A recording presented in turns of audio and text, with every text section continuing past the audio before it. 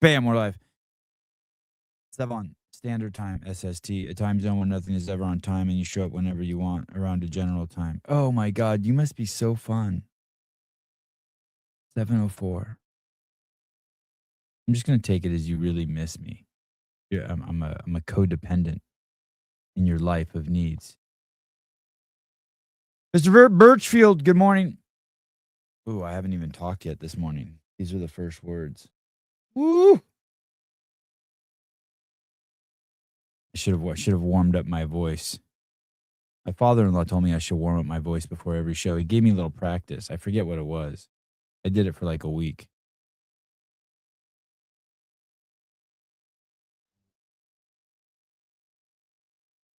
We're going to the moon. I guess. We're just hours away. We do a live watch party for that. Hours away, 4 astronauts. I don't know why they always say 3 Americans and 1 Canadian, but they do. Every time I hear it. Only once have I heard that it's a black dude, a girl, and 2 white guys. Oh, they don't say 2 white guys. They say 4 astronauts and one of them's a black dude and one of them's a girl. I did hear the black dude talk about it today, and I loved what he said. He goes, "I hope this is the last time we have to say it's a black dude going." Like, that's cool. I get that. It was not only that. He said, "I hope this is the last time we have to say it's a black dude and a girl going. Why can't we just be astronauts?" That was cool. Mr. Slater, good morning. Christine, you didn't talk to Arthur and Baby Talk yet? I don't know if I talked to the dog in Baby Talk. That's a good question. Oh, come here, little. Oh, yeah, I do. Yep. I talked to Arthur and Baby Talk. The dog? Talking about my dog? Yeah, I talked.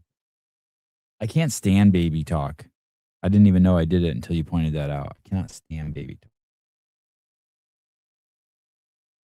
I actually, I don't mind Baby Talk. I just hate unconscious Baby Talk. You know what I mean? Like when my kids come up to me, like, I don't know. And it just comes out like, "I'm hungry." You know what I mean? Instead of just like, "Yo, feed me, dickhead." I like that. I just don't like Baby Talk. As like a tool. As a performance, I don't mind it at all. Speaking of performances, holy shit, Kristi Noem's had a rough month. Oh my goodness. Where's the link to that? Did you guys see that yesterday? Holy.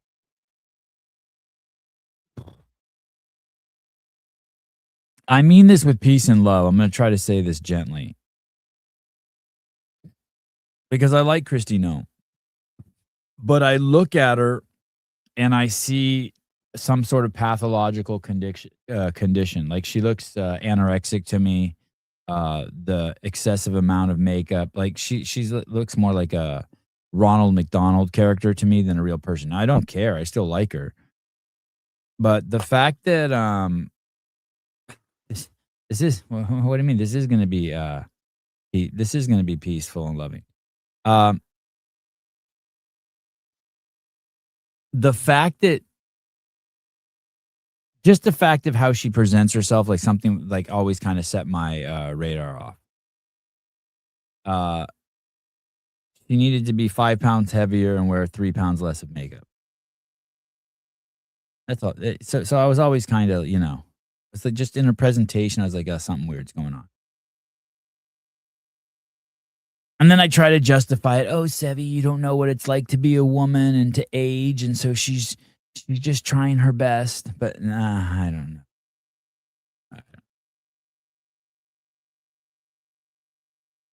know. So I chewed caffeine gum. Quiet. You've already talked too much today. Quiet. We need an April Fool's joke. Maybe a story on Dave learning how to deadlift. Rich Froning runs high rocks. Is it April Fool's today? Oh, it is. Kristi Noem weighs in on report husband lives cross-dressing double life. The family was blindsided by this. Former Department of Homeland Security Chief Kristi Noem is devastated by salacious allegations her husband Brian, B-R-Y-A-N, Y-O-N. Not how you spell Brian. Lives a double life where he cross-dresses and chats online with fetish models. Mrs. Noem is devastated. The family was blindsided by this, and they asked for privacy and prayers at the time. Noem's representatives told the Post. I don't like. What do you mean, privacy?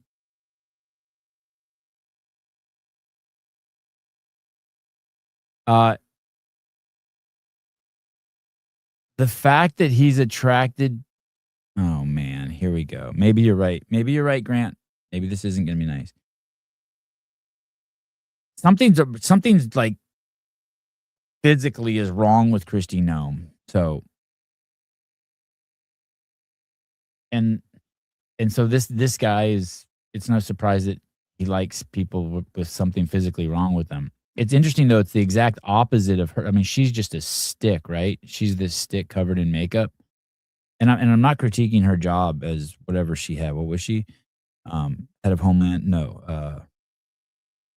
Head of Homeland? Not Homeland Security. Is that what was the name of the department? The chair she sat in? Good morning. Hey. Did you see this story about Kristi Noem's husband? Wait a second. I'm not hearing you. Hold on. Okay. Then I'll show you something. The pictures are crazy. Talk to me. Have you seen this? Kristi Noem's husband? No. He'd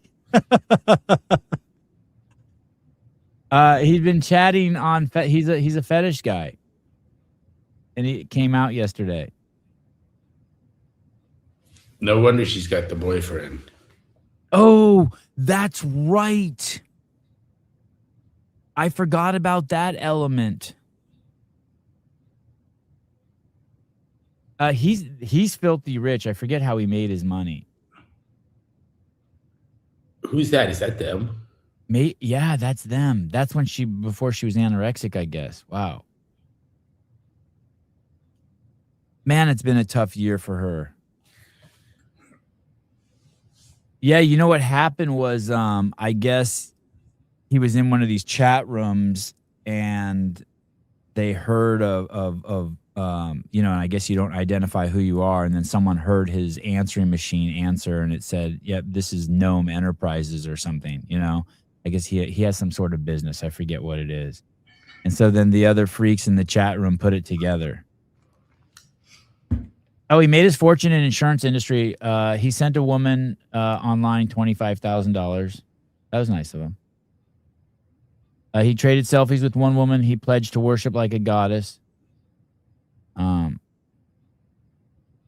They have 3 daughters. Oh boy, and a son. Anyway, probably not something probably kind of going to be a bumpy ride for a few weeks for those guys. I missed that. It was it's because well, it's in the New York Post. They were saying, I guess the whole premise is that when you have a husband who's doing shit like that, it makes you national security, vulnerable. Like someone could blackmail you. But he said when the other weirdos in his group said, "Hey, we're gonna out you," he said, "I don't care. Do what you want." Which is a good response, right? You don't want to be like no, and then. Are those his tits? No, he put balloons in there. I see. Yeah. Sorry, I should have told you that. Those are like, did he get him on? But he's on this site with the thing is he's into that. That's his thing, which is if you're going to be into something, like he likes girls with giant tits, which ironically, Kristi Noem looks like she's anorexic. So he's in this chat with I don't even know if they're dudes or girls, but ones that have real fake tits. And so he can't get the real fake tits because he's in the public. So he just sticks balloons in. That makes sense. And that's where I intersect with him because I think giant tits are cool too. I think small tits are, but all of them. Yeah. So I do have some intersection with him. I can't say I don't. This is the political portion of today's show. Yeah. Hey, I wonder if Trump knew ahead of time the story was going to break, and that's why they took her out of that position, or if it really was what she said. to Congress that Trump knew about the $200 million commercial. Lewandowski had a gal that was a contractor making $20,000 a week, and there were a bunch of them. I think it looks for all the world to some kind of impropriety. Oh, like she was part of some fraud, like doing some, what's that called? $1 a year. What's the kickback to? And they said they've got a couple dozen of those people placed around the agency. What does 20,000 a week end up being? That's 100,000 a month, almost. Oh, it's $1 million a year. Yeah, for a contractor at Department of Homeland Security. That's more money than Bonnie Willis was paying her boyfriend. Yeah, it's weird. And there's they say a dozen or more of those people they found. Damn. She spent $200 million on an ad campaign. It had her on horses and shit. Yeah, I like the ad campaign. I saw it. Yeah, I don't. 200 million is a lot, though. It's a fucking lot of money, dude. That's a major motion picture budget. Yeah. Gatorade spends like $300 million a year. And print ad and everything. Yeah. When we were on the Soda Wars, I remember looking that stuff like that up. PepsiCo's Gatorade, $300 million in billboards, commercials. And probably $100 million of it went to fucking Michael Jordan for pouring it on his head. You know what I mean? Shit, I wonder how much isn't Gatorade what they pour on the NFL coaches when they win in that bucket? Yeah, the Ice Bucket Challenge was all about that, right? Yeah, and so I'm guessing they pay a shitload of money for that. Anyone else's super chat not working? Oh, that sucks. That means you can't give $1.99 to me. Oh, is that what the thing is on your deal? Super chat? Yeah, like people can. That's why sometimes they come up highlighted if they pay money. Then it really pushes out their comment on the side. Really pushes out to me. I kind of can't miss it. Get a chunk of that? Pardon me? Does YouTube get a chunk of that? Oh yeah. How much? I don't want to say. Then people will stop giving money. 30%. I was explaining to my kid the other day how YouTube works, about how they take the money. He couldn't get his head wrapped around it. I'm like, yo, dude, they give us the platform. Thank you, Clock Cutter.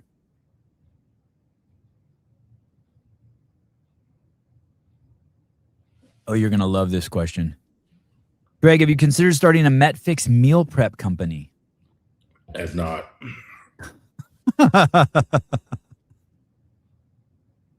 If you weren't here, I could have answered that question for you. Yeah, that kind of thing doesn't interest me. Yeah.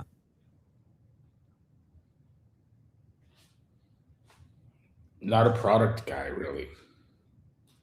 And wouldn't you see that as kind of a shiny object?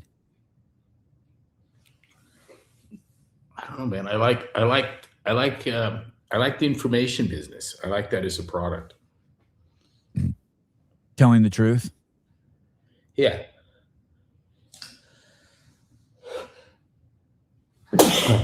I heard what's the guy's name? The filthy rich guy, Andreessen?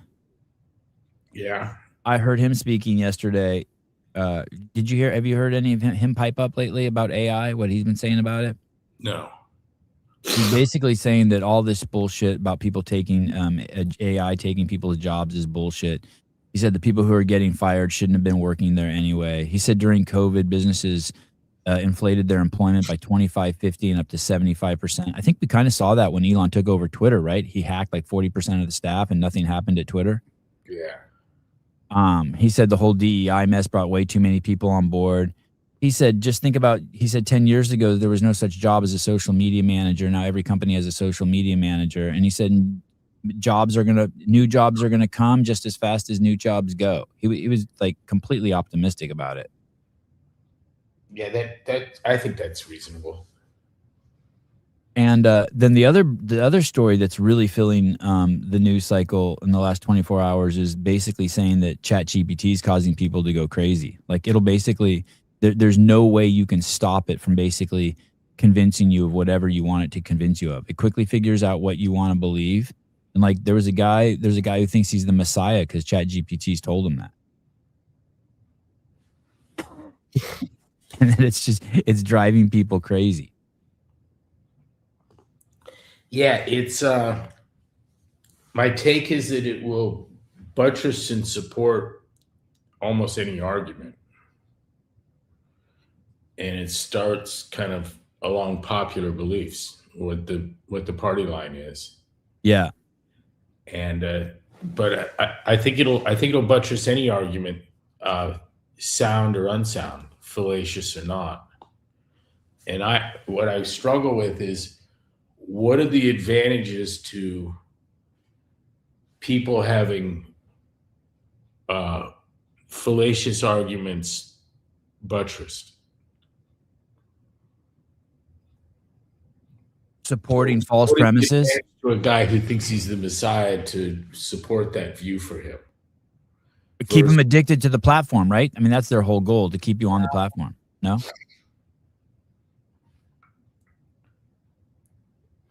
I'm trying to make the point that encouraging true and good ideas gives you a different outcome than encouraging false or bad ideas.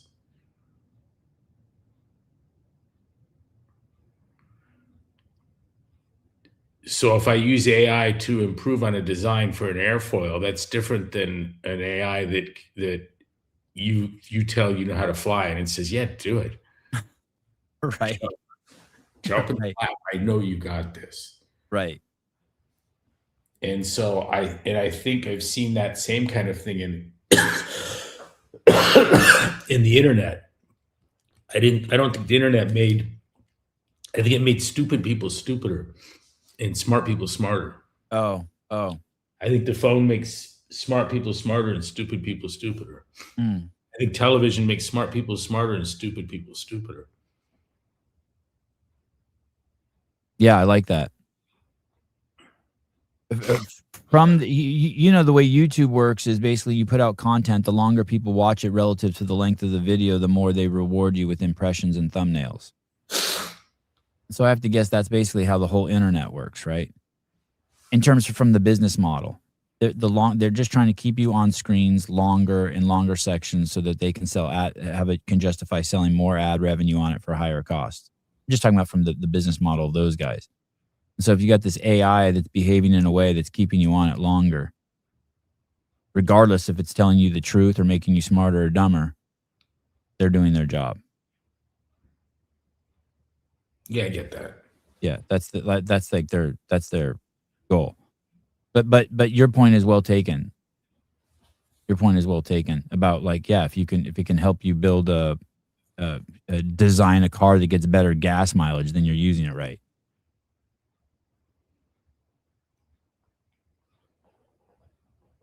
Yeah, the Artemis. I'm kind of excited for today. It's this evening, right? Yeah, I think it's in like 6 or 7 hours. I'm kind of excited. I'm excited just because it'll be something fun to watch with my kids.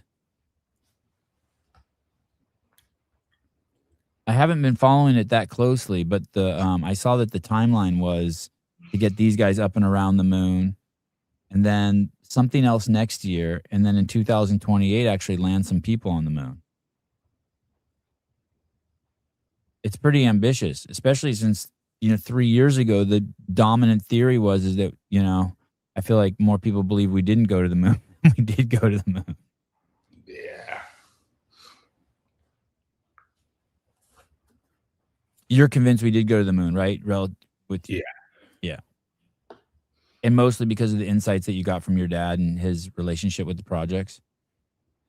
I grew up with the Surveyor Project and sat in control rooms and watched Hughes land shit on the moon prior to the Apollo program. And I knew some of the mathematics involved with getting to the moon and the role that young 20-something-year-old engineer played in that. And that was you? That was my father. Your father. He was on the original proposal for the Surveyor at 23, 24 years old. Wow. Was he in the military at the time? No. That was Reserve. before. Reserve, so yes, but not active duty. The Surveyor program was a pioneering 1960s NASA initiative that achieved the first American soft lunar landing, vital for Apollo mission planning. 5 of 7 robotic probes successfully landed between 1966 and 1968, returning 87,000 images. Trippy, huh? Yeah. Did any of that, were those just landing on the moon and then sending signals back? Did any of those come back to Earth? Yeah, including TV images, soil analysis, and touchdown dynamics. Scroll down again. Let's see it. The back to the top? Yeah. Oh. Provided data on soil strength, which was critical for ensuring the lunar module would not sink into the dust.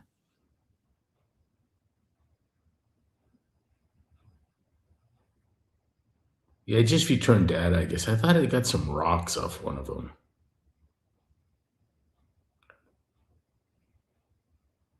I heard that they were saying today that they were going to, I guess I don't know much about the moon, but that there's ice and water there. And the goal is to utilize and then to utilize the sunny side for energy, and then water and the water and ice for something else, for maintaining life. Will you watch that today, you think? Yeah, I saw the thing for it this morning. I was thinking if we were, if I could gather kids around, I'd do it. Yeah, it's a cool kids thing, right? Yeah. Does Elon have his hand in this thing?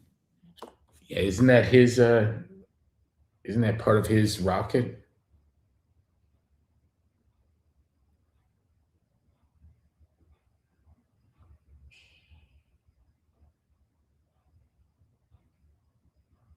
Oh, I guess this was established in the Bush administration, huh? This idea, this plan. I don't know, but I don't know. I don't follow space shit.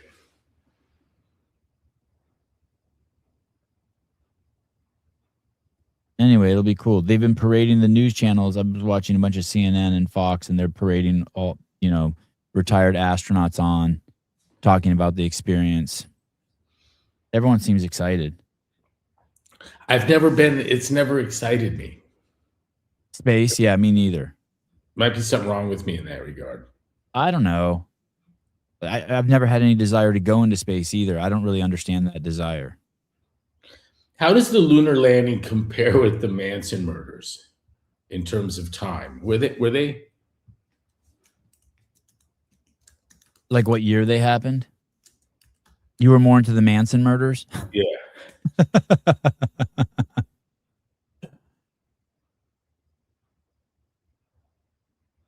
Yeah. The lunar landing was July 20th, and the Manson murders were August 8th and 9th, same year.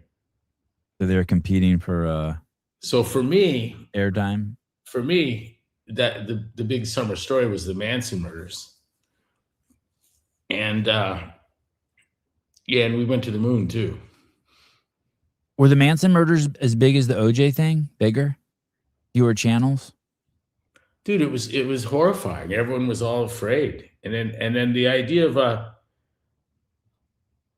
the psychotic hippie murderer was kind of a new thing. I mean, they carved the baby out of the belly of a beautiful pregnant blonde. Holy shit. That's a little different than peace and flower power and all that shit, right? Yeah, and he had a brainwashed cohort, right? Yeah, we were thinking the zeitgeist was a little bit more like John Lennon for hippies. Yeah. The sense, the mental zeitgeist was free love, flower power, smoke some weed, grow your hair long, and tune in and drop out or whatever. Did you know of Charles Manson before the Manson murders? Was he already someone? No, but I knew people that did. And I knew people that knew Tex Watson. Who is he? One of the murderers at the La Bianca house.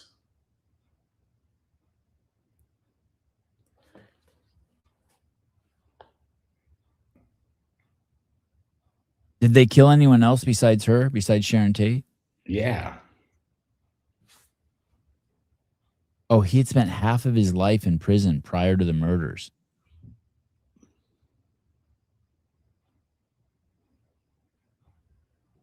He had association with the Beach Boys. In 1968, the Beach Boys recorded Manson's song "Cease to Exist," renamed "Never Learn Not to Love." Wow. Manson wasn't given credit for the song. Yeah, they killed Sharon Tate, Jay Sebring, Abigail Folger, Wojciech Frykowski, and Stephen Parent. All in that house, in that same house? Uh-huh.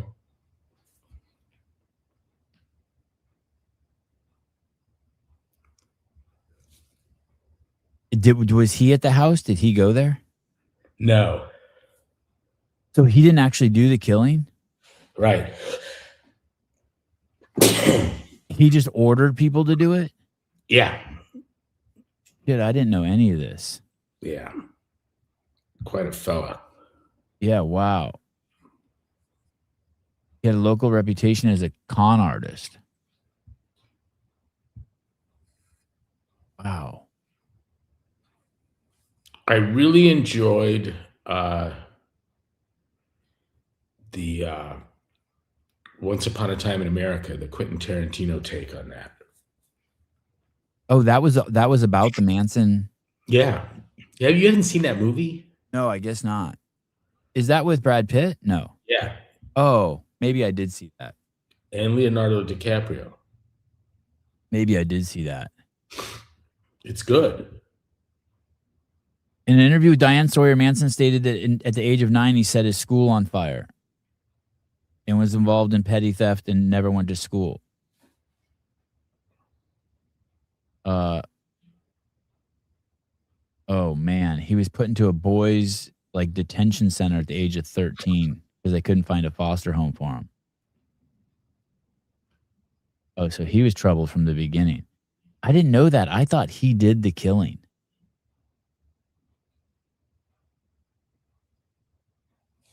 Wow. Did they catch him right away and all the people right after the killing? Was it quick? Or were they out and about and everyone was freaked out? I don't remember. Does he have kids?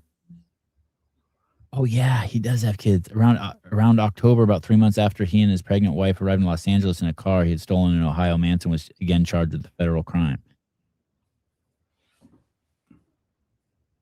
Interesting. He didn't do any jail time. He was given 5 years probation and given a psychiatric evaluation. Wow. God, he was all over the country. I know at a parole hearing, he was asked what he'd do if they turn him loose, and he said he'd just get a place out in the desert with some friends.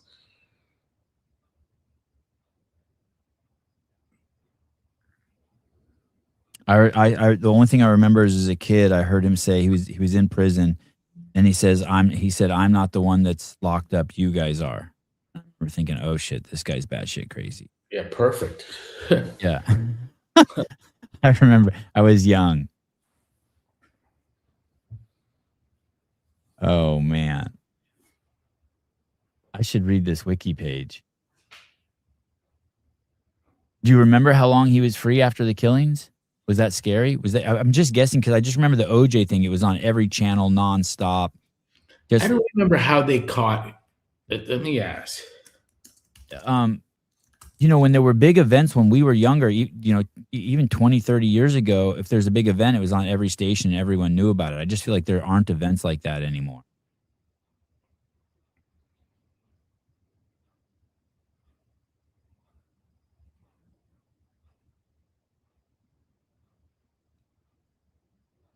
Susan Atkins confessed to her cellmate that she was involved in the Tate murders.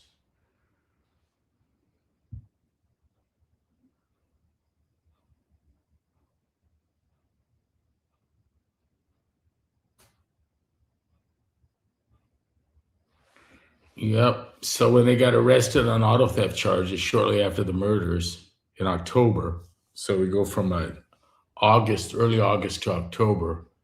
So a couple months later, they're arrested for an auto theft ring, and one of the girls brags to one of her fellow inmates that she killed Sharon Tate. Oh, that's how it. Wow. Did they televise the court? The court? Oh.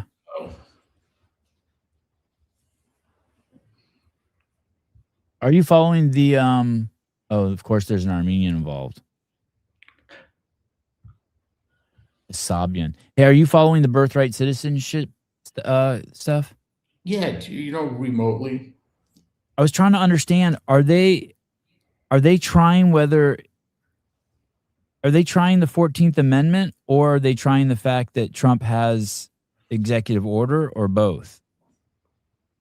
Both. I think it's looking for some elucidation or clarification on the intent of the 14th Amendment. And the Trump position is that you run across the border and have a baby wasn't the intent. So that illegals. Or is it, even if he's right, you can't make an executive order? I don't know. In regards to the Constitution, I was like, each time I'm like, what is the exact argument here? Because there's a distinction, right?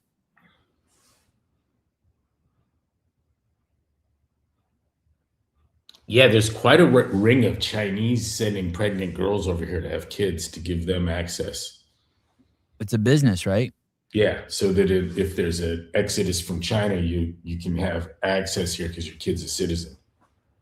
Or the Chinese government sending people over here, then bringing them, babies born here, get citizenship, take them back to China, turn them into spies, and then send them back to the U.S. Oh, I didn't even think of that. Yeah. More Fox News for you. Got it. And you saw that they put a halt to the ballroom? Yeah. It's crazy. It's crazy how hard they're on them. Yeah, you could ask most Dems to articulate their position on anything, and if Trump endorsed it, they'd abandon it. Yeah. I saw a great montage yesterday where they were asking people at a No Kings rally, would you rather live with Sharia law in an Islamic state or under the rule of Trump? And all of them were like, Sharia law, Islamic state. These were like gays and women. And yeah, this is a good question, which is why we don't need 600,000 Chinese students that Trump wants to save college. I haven't looked closely at that, but I did see something on that. Which is why we don't need 600,000 Chinese students that Trump wants to save college. I don't. Oh, I think it's a typo, but basically there's this, Trump has said, hey, we're going to allow 600,000 Chinese students to come to school here.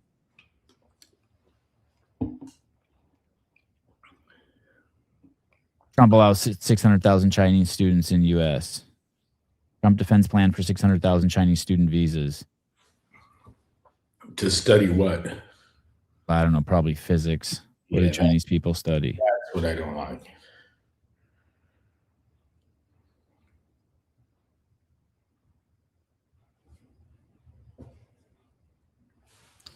The 500,000 will study astrophysics.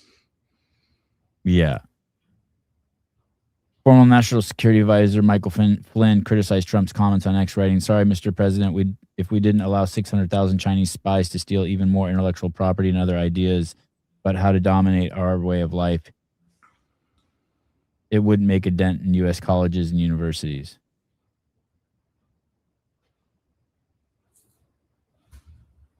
So they're going to let the cleaning crew in. Give me just a sec. All right. Tell them to do a good job. Miss Essentials, I've taken care of a handful of Middle Eastern babies where it was just mom and baby and family was back home. They end up with me because there was some undiagnosed defect that requires intervention.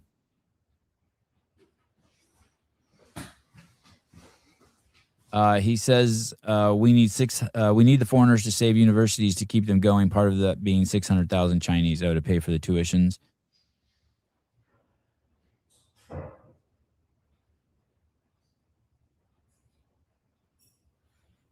All the Chinese people I know work their ass off and contribute. Yeah, fair enough. It only takes a few rotten apples to spoil the bunch.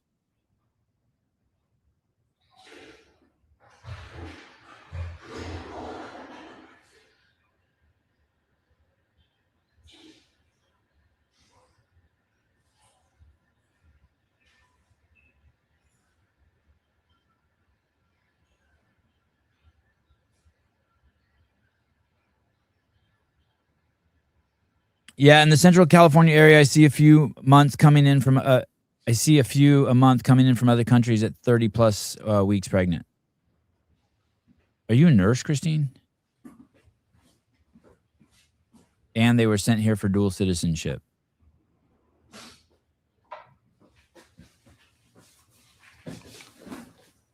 That cleaning crew must be 20 deep and take all day.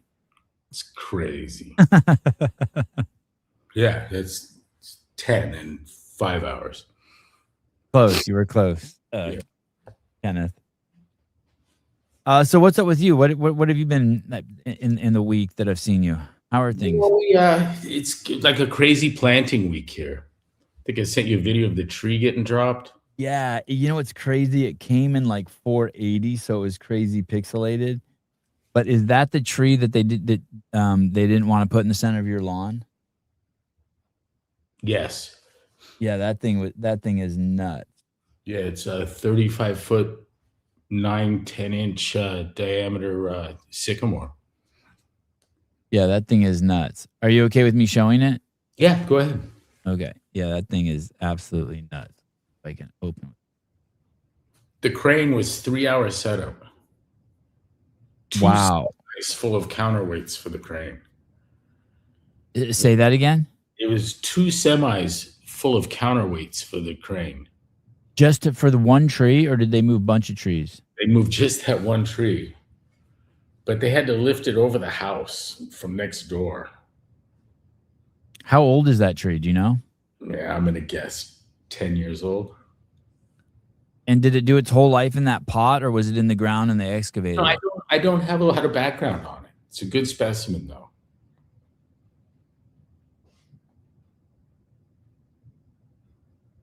It would have been a lot cheaper if we'd put. What happened is they put one in and it died. Oh. And I replaced it with something a lot bigger.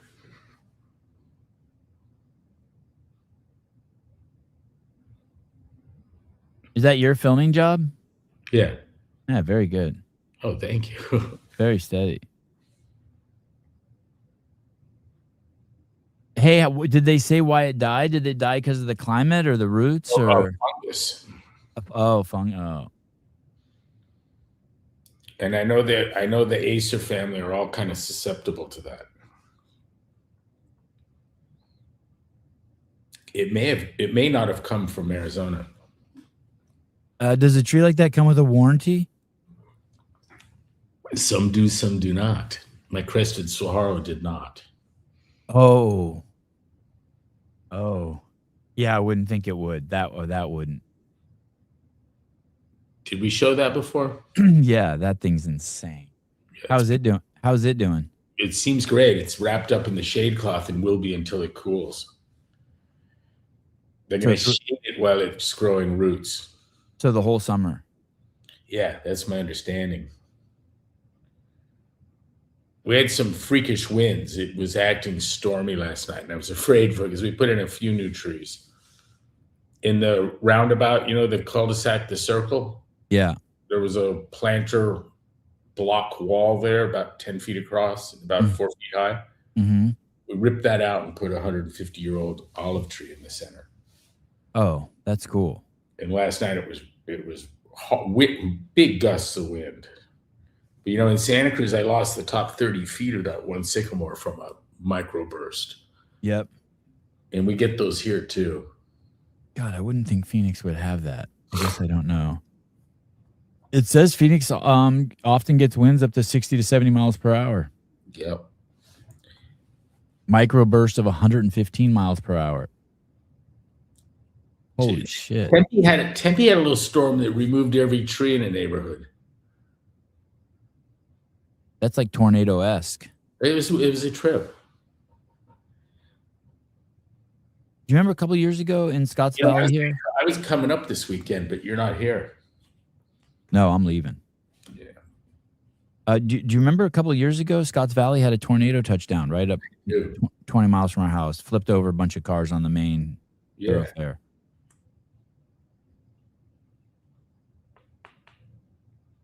And I looked it up thinking it was uncommon, but it's actually not that uncommon in California. No. But you just don't see them doing a lot of damage. When I moved to Prescott, the shock was that the weather is a source of entertainment. So you'd watch these clouds roll through white and fluffy and then stack up against the mountains in Flagstaff, and then eventually they pack up so hard it all gets dark and starts coming our way and turns into these thunder, these thunder clouds. It was cool. Yeah, Arizona, New Mexico, watching the clouds in those places is pretty sweet.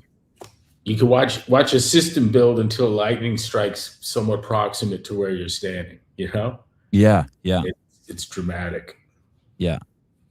I was in the shower once in Prescott, and all of a sudden it got dark outside, and then I heard an explosion like the house next door blew up. And I look out and I see a pinyon on fire on the hillside. I got out of the shower completely covered with soap and stood there for 45 minutes. Does the fire department come or no? No. But in that neighborhood, and what are there, 100 houses? 2 houses have been destroyed by lightning. 2. Wow, that's crazy. And it was interesting. The first one was obviously fucked up. It had a hole 7 feet across, and it caught on fire, and the fire department came. The other one had a little tiny hole, but all of the wiring and plumbing were gone. Just vaporized it. Something, but it was a teardown. My 3-year-old son started new gymnastics class, came home and showed me he can do a 1-minute handstand hold on the wall. That's good. That's great. That's great. 3-year-old. Wow. That's really cool. It's funny, like the little kids and their bodies. And Remington's year and a half old. Yeah. And, when at full reach, your hands come up here. Right. The baby can barely touch their hands over their head. Yeah. Their head size is 2 sizes too big for their body. Their arms are going to get 4 times larger, and their head, 60% larger. Yeah. Greg, did you buy CrossFit back yet? No, I think we're down at a point where the price just isn't going to work for anybody. You've flown a couple times in the last month, right? Since the whole TSA thing went down. Yeah. And did you see anything?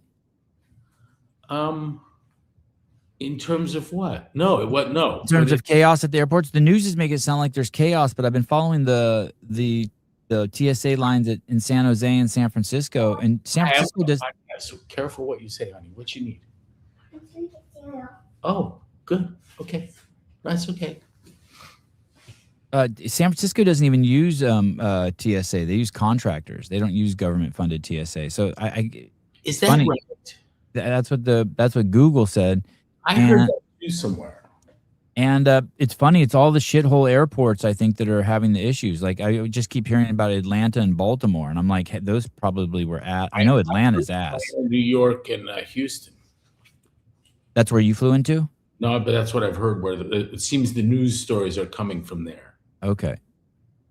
But there was nothing, no issue at Phoenix. And where else did I go? Oh, Austin, nothing there. Just chill. Yeah, it was. Yeah. And you use clear and No, there was a Wall Street Journal article that said the one clear winner in the whole Department of Homeland Security funding issues and government shutdown and all that is clear. That they're kicking ass. I did Clear Plus. I haven't used it yet, but they have some concierge service where they'll meet you at the curb and take your bags, and it's like $150 for the flight. oh, that's nice. Hey, when you can your kids like I have clear also. I wonder if my kids can like follow behind me. They can. Walk them through. It's weird though. They ask them who they're with today. You know.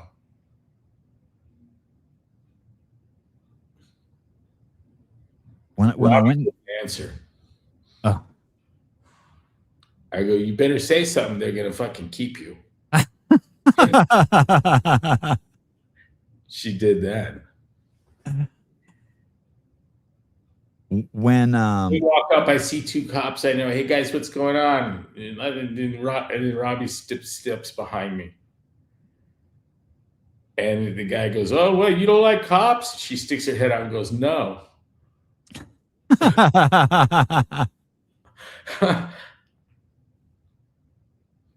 That's just like just a natural thing. Do you remember her at Junior Guards? She's laying down with her towel napping, and kids are getting yelled at for their form and their push-ups, and she's like, fuck you, and it just checks out. She'll look authority right in the eye and just have this such an obvious go fuck yourself look. How old is she? Yeah, I know that look of hers. She's 8, but she's been doing it since she was 3. Yeah. She'd be doing something, working on something. You'd come up and tell her it looked nice, and she'd walk away from it. Okay, then fuck it. She's not looking for your inputs, opinion. When she was 6 years old, 5 years old, she got all her shit on Christmas Day, all the loot after the opened handful of presents, everyone, right? Yeah. And it calms down. She brings out a blanket, loads up all her shit into the blanket, drags it into the room, barricades the door, and stays in there. It's a trip, right? Yeah, she's definitely very unique. Whenever I can't find the boys, they're always in the room with Robbie. Her skating's gotten good. Yeah, she's good. She's a natural. She'll learn something. I remember gymnastics that way. It takes you 7 years to get your first C move. And then a year later, you get another one, and then 6 months, another one. And then you get to like, you can kind of go through the FIG manual and target things like, I could do that. Look at it, go in and some of it do the first time. What did you call it? FIG manual? Yeah, Fédération Internationale Gymnastique. It was the code of points, the book. It had all little drawings and the value of things. And what was so cool is in my day, many of the things in there no one had seen done before, but we didn't have this huge compilation of video material. I mean, even in early CrossFit days, there was a crazy shortage of good video technique on the lifts. I remember the first bar muscle up video on .com was just shot with a flip phone. It was like 480 at like 12 frames per second. You remember that thing? It was just tiny. I had a clip of Leonardi's or someone doing a clean, and it was a thumbnail. And this is back on the, this is 96, 97. And I got this clip, but I watched that thing, and it was a loop. And it was maybe, what's a clean and jerk take? 4 or 5 seconds, right? Most. Clean. 2, 3, up. Split. 5, 6 seconds. And I watched that thing over and over and over again. And so many times, hours on it, hours. I could go to bed and close my eyes and watch it. I could see it. I burned it into my fucking brain. And then I could do things like having a discussion with Bergner And I'm like, all from the point of maximum extension on the clean, all flexion in the arms, so bend of the arms, all flexion at the hip and in the knee occur in a blinding flash under no load. In no sense are you pulling it up your body. At the point that the bar is traveling beyond that extension, what you're doing is going under. And I actually had people that were Olympic lifting coaches, nationally known, argue that point for me. And I could close my eyes and watch the clip and say, you're perfectly wrong. And then give me an hour and I'll have them convinced. And the problem is that at the exact instant of any bend in the arm, bend in the hip or knee, as soon as that rigor mortis ends, what I see in Leonardi's is his hair is standing straight the fuck up. So what's going on? Pulling himself down. He's pulling himself under. He's not pulling the bar up the body. And so I had to tell my friend that you're gaining momentum and elevation against the bar is bullshit. You're pulling yourself under is what you want to say. And you know what's cool is the clean and jerk and the size. They're amazing movements. You know, I've been credited with doing as much for them as anyone ever has, and thank you. That makes sense to me. But in terms of the complexity of the movements, every gymnastics coach can coach 100 things way more complicated than either of those. And in fact, their complexity comes about. There's a precision required that's load dependent. That's the rub there with those things. You get what I'm saying? Yep. Where as opposed to just moving your body. All those things I say have to be done in a blinding flash. It becomes hypercritical at 400 pounds. But Greg, couldn't both be happening at the same time? You're pulling the bar up and pulling yourself underneath? You remember the drill we do with the Dynamax ball where I get the laces smiling at you and I pop it up and drop under from the point of the top. There's no rotation of the bar. Yeah. While it's there, I get under and catch it. Yeah. Now, you're not pulling it anywhere. Now you could, there is enough, and look, the body, the load, the weight compared to your body. So when I got a guy like Leonardi's at 145 pounds, pulling 450 pounds or whatever the hell it is, 400 pounds, he's pulling hard, but his feet are off the ground.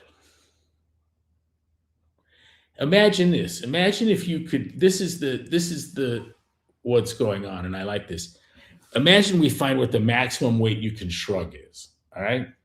So suppose you can actually, and you probably can, suppose you can stand there and shrug 400 pounds. Lift your shoulders locked on, all right? Now, if I give you 500 pounds and ask you to shrug it, and while you're grunting, you're 400 against the 5, you following me? Yep.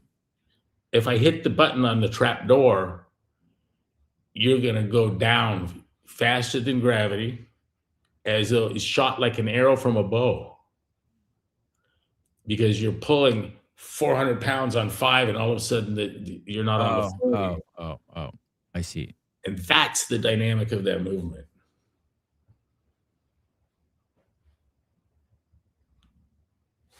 And if I can find that clean. I think it said I might have his name wrong. I think I put active memory into active effort into forgetting. No, you have it right. Valeros Leonardi's in 1996, he cleaned 413 pounds. That's my guy. Clean and jerked. Holy shit. Nobody's watched that more than I. I mean, when I tell you hours, literally. And how good a clue is the hair? Yeah.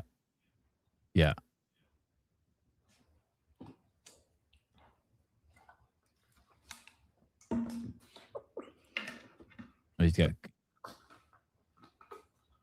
You could do crazy good computer simulations with this stuff.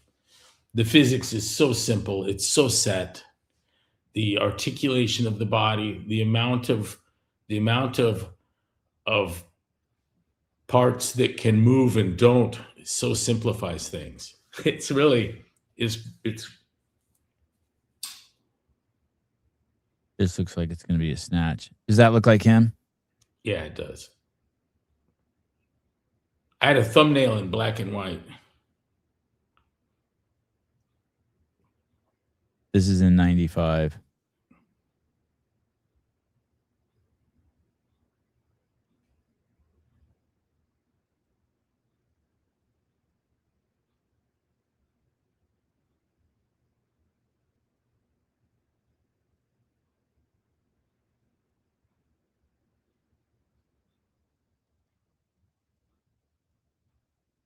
Were you teaching cleans at Gold's? Yeah.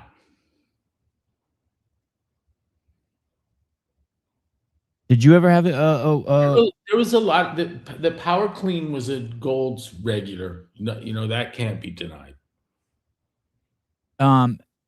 Did you ever have an Olympic lifting coach, Greg, when you were a kid? No. Or in high school? No. You had to just watch videos and figure it out yourself? Yeah, you know what? That's not a move you have to teach a gymnast.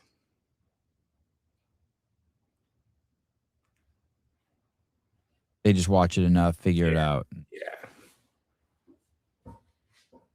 Yeah. The idea, like it took me 45 minutes to figure out the overhead squat, and then I could snatch.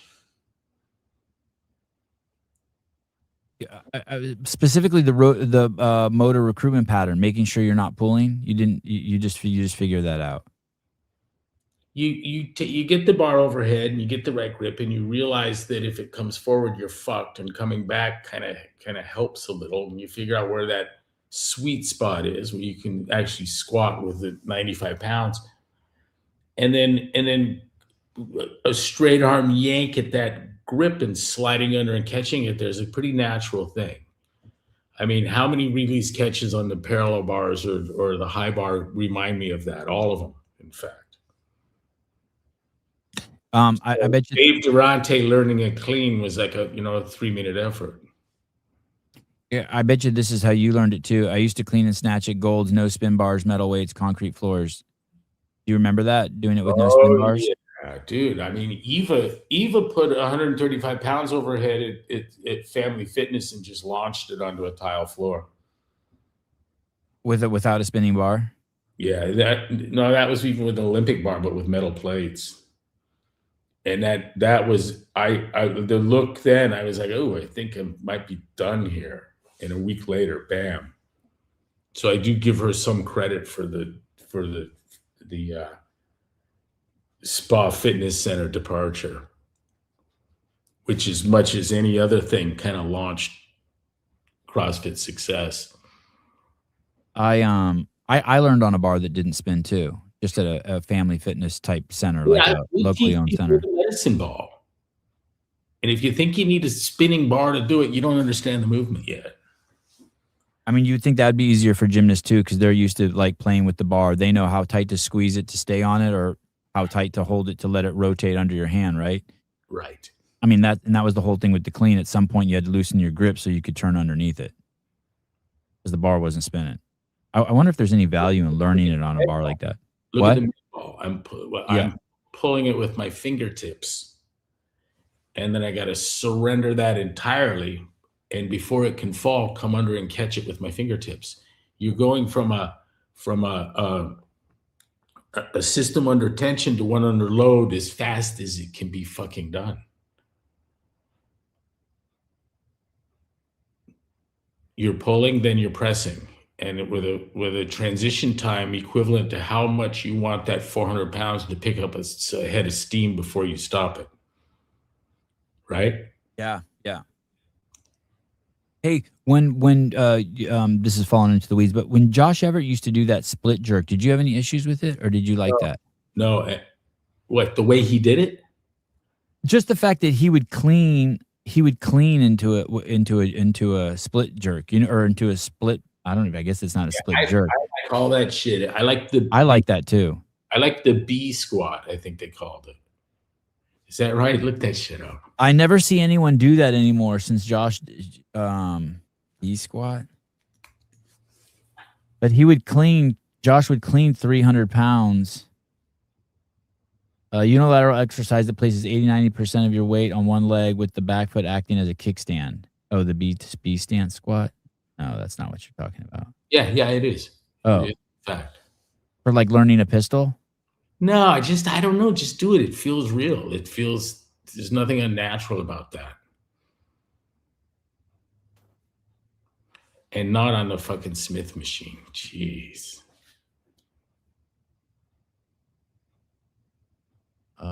B stance goblet squats.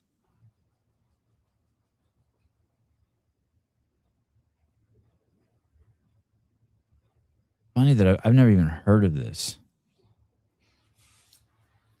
Let me see if this is what you're referencing. It is. It's the B stance squat.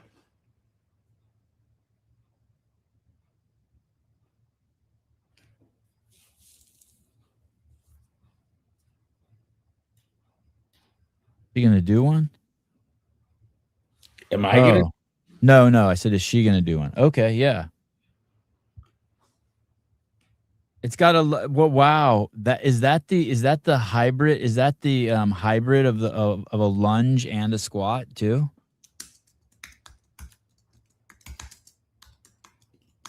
I don't know, but try it. It doesn't. You don't like. Oh, this is weird. It doesn't have that vibe.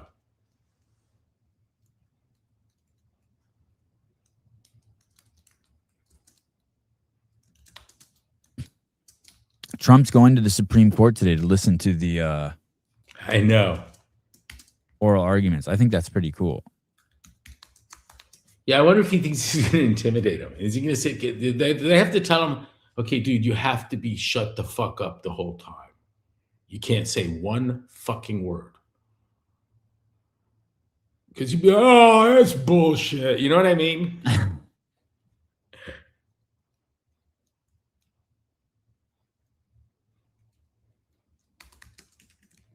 Smith machine seems like something lawyers came up with. I like that.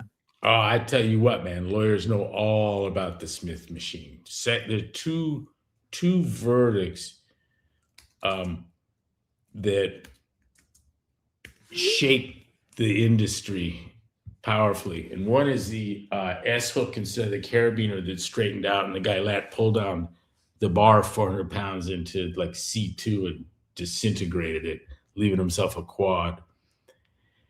And another guy sat in a fully loaded Smith machine with a big load on his shoulders and got a spiral burst of 4 or 5 vertebrae, leaving him also paralyzed.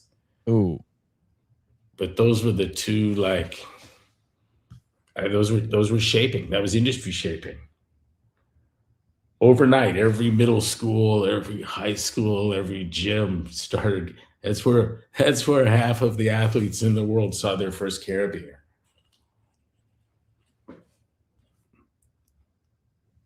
It's a trip, right? Yeah.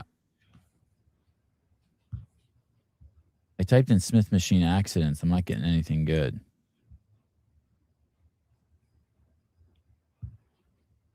Paralyzed from barbell squats, a rare but serious risk.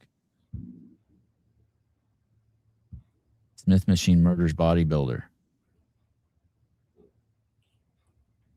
Murders? It's a Smith machine murders bodybuilder.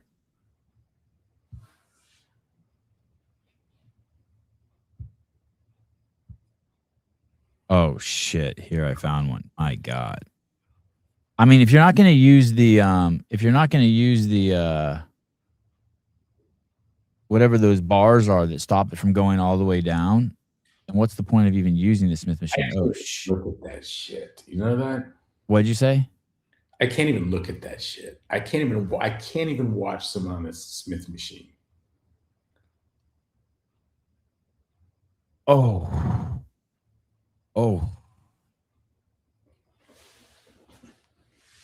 Hey, you're not gonna get a better setup than the Vulcan rack and the Pillars of Power. In fact,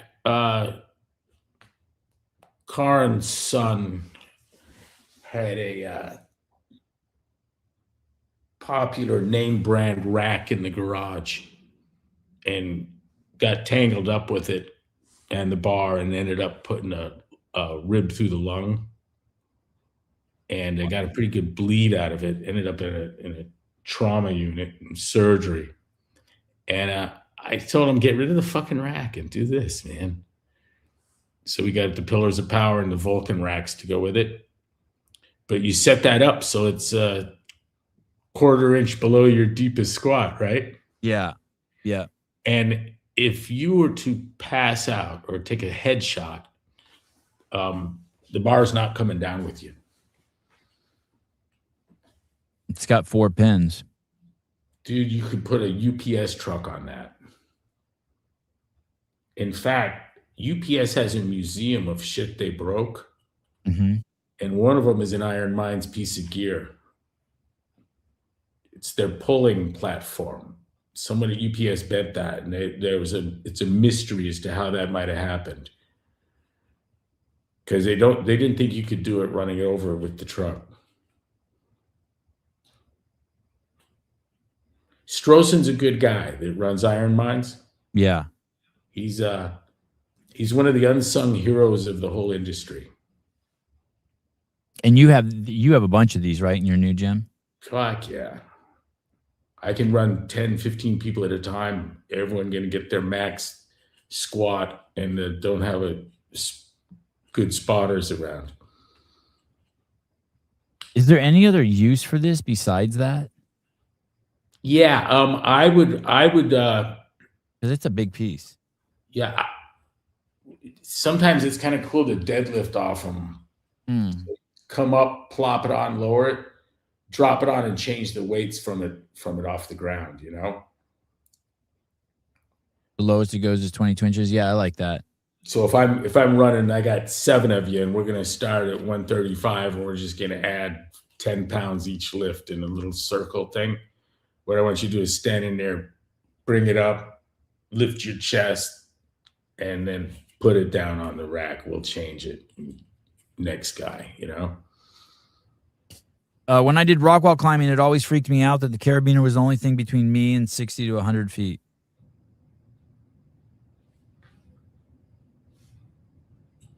I'm coming to Scott. Go ahead. Look at the packet insert on the carabiner. And it's really interesting. There's an enormous amount of text and illustration showing you how you can set it up to fail. And basically by set up some configurations that bring another line across the gate. Right? They would pop it open, pull up against it. Yeah. And it's cool because it's like our scissor lift here in the gym. Mm-hmm. There might be 75 things painted on it with red circles in them. And we realized that each one of those represented someone killed themselves. Oh, it's all warnings. Uh-huh. I'd love to share that with you. That'd be worth grabbing a picture of for next time. Yeah, that's cool. Imagine just holding the control until you crush your skull against the ceiling. Oh, God. The tip overs, the electrical.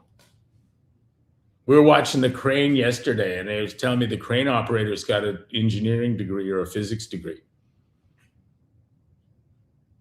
The crane schools and people that teach crane operation aren't messing with people that don't have the technical sophistication.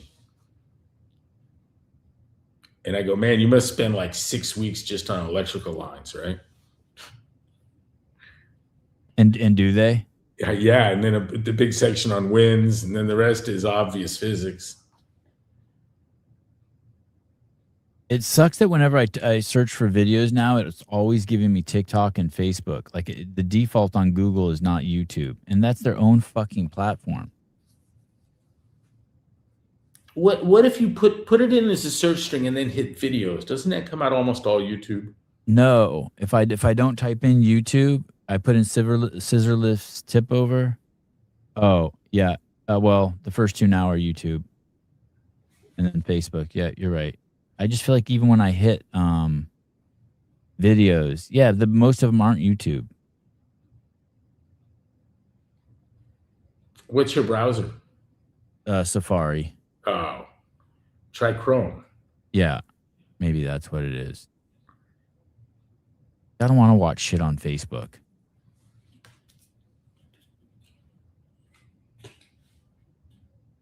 Someone on the show the other day was talking about how, who was it? Maybe it was you. I don't know, but they were talking about every time the crane would take sheetrock up to the higher floors.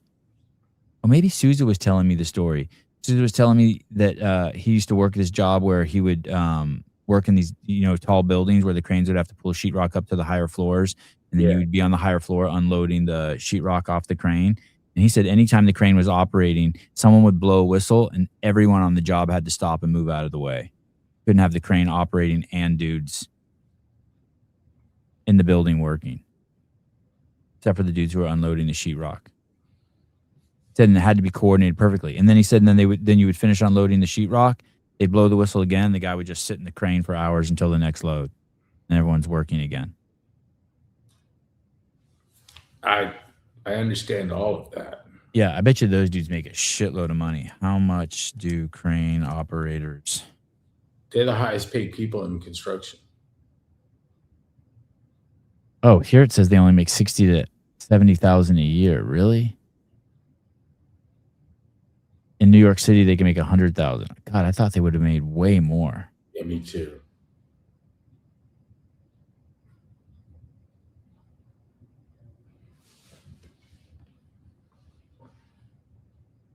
It seems like every year you hear about one of those things falling in a big city somewhere. More than once a year. It's crazy when you're somewhere, and as a kid, I always wanted to see one built, because they bring all the pieces and they lie them down on the ground.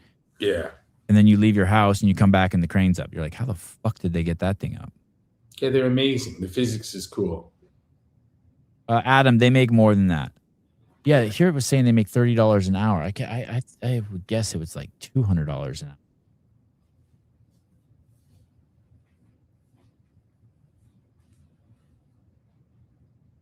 Dude, you can make $20 an hour at McDonald's. Yeah. I was told you yesterday they're the highest paid people in construction. That makes sense. Crane operator at the port in Louisiana makes $180 an hour.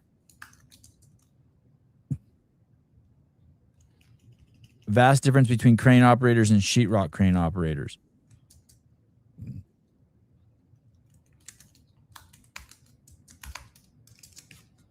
I'm a heavy equipment operator. Google is wrong. Oh, okay, good. All right. I believe you. They said elevator installers make good money too. I can understand that as well. Yeah. Seems like an important job. Hey, we were recalling the other day when you were stuck in the elevator. You and I got stuck together. No, you and Haley and Paramesh. At the Governor or whatever that was. Oh, you weren't in that elevator when I got stuck in there? No. Oh, God. I was with you on the trip, but I missed the elevator. Right before so we checked into the hotel. Right before I got in the elevator, I thought I should go to the bathroom. I'm like, well, I'm headed up to my room. It's no big deal. We get in the elevator, and we're in there with like 4 other people and all their shit and all our shit. And the elevator got stuck. And we had to wait for the fire department to get us out. And it was a little scary because when they pry the doors open, there's only like, you got to slide out. You know what I mean? It's stuck between floors. And so you got to get out. And in that split second that you slip between the elevator and the building, you're like, if the elevator starts moving again, it's going to chop me in half. Of course. And so there's that split second where you're like, oh, God. Nicole Carroll had a pretty crazy incident in an elevator, too. Do you remember that with her dog leash getting stuck in the elevator? Oh, yeah. and it started taking her dog up, and she held on to the leash, and the leash snapped, and her and the dog fell to the ground in the elevator. Yeah. That would have for sure killed her dog. Sounds like the beginning of a porno. Yeah, it could have been. That's funny. I was making a plan for like how I No was less gonna, stuck porn. yeah. Stuck porn, yeah. I was making a plan the whole time we were in there of how I was gonna pee in the corner of the elevator with the people in there. How I was what I was gonna say. That's the part of the story I tell. Yeah. I'm like, oh fuck. Okay, this is gonna happen. This is gonna happen. They came fast. I don't think we were in there for more than I don't think we were in there for an hour. My color commentary on that is like, do you just pee in the corner, or do you owe it to anyone to just piss your own pants? And I say I peeing in the corner. Oh. I didn't even think about that. I would think you could pee in the crack where the door opens, and most of it would go down the shaft. I didn't think of that. I was gonna pee in the back corner. And then I go, and then someone's gonna drop a deuce right by the buttons, you know? You're supposed to shut the main power off on the elevator before attempting to open it. That way it won't accidentally power on and move floors. Yeah, they probably did do all that, but I know, but I also worry about it like it's slipping 3 feet or something. Yeah. Our tram guy told us that if the cable broke on the tram at the lake, the funiculum, that you would not notice the jolt of the stop as descending. That before you could get the butterflies, it would have stopped, and so it just feel like you ran into something. I'm not following that. You're saying you'd basically be dead before you knew what happened? No, he says you won't get a half turn on the wheel if the cable breaks before the centrifugal clutch on the wheels go into effect. And so like if the cable broke on the elevator, it would come to a stop and a jolt, but you wouldn't realize that the cable had broken. You were in free fall for a millisecond. Oh. I just think of if a tram cable. So you're saying if a tram cable breaks, the whole cable doesn't unravel, something grabs the cables and holds you there? No, the wheels are running on a geared surface, and if they turn fast at all, they throw these arms out that grab the track. There's a centrifugal brake. Oh. It makes elevators travel the safest travel in the world. It's safer than walking for a mile. God, that makes me feel better because in my mind, I mean, I have no idea how those things work, but in my mind, the cable breaks and the wheels just roll off the end. Like even the elevator we're putting in the house here has that same system, and it's only traveling 12 feet or something. But and so the first thing that goes in is the track that those wheels run on that have the centrifugal clutch. Yeah. And then it's cabled. And so the car can go up and down on the click, click, click, click, click, click, click, click, click on its track the whole way. Then you cable it up. And if it's ever in any kind of free fall, it's going to travel almost only to the next stop when they're every inch or two apart. That's the same with ski lifts too? I don't know. No, they seem to kill people all the time. Yeah. When we went to escalators too can be deadly. Do you remember that? Oh yeah. Like escalators are way more dangerous than elevators. Do you remember that video that this is maybe 10 years ago?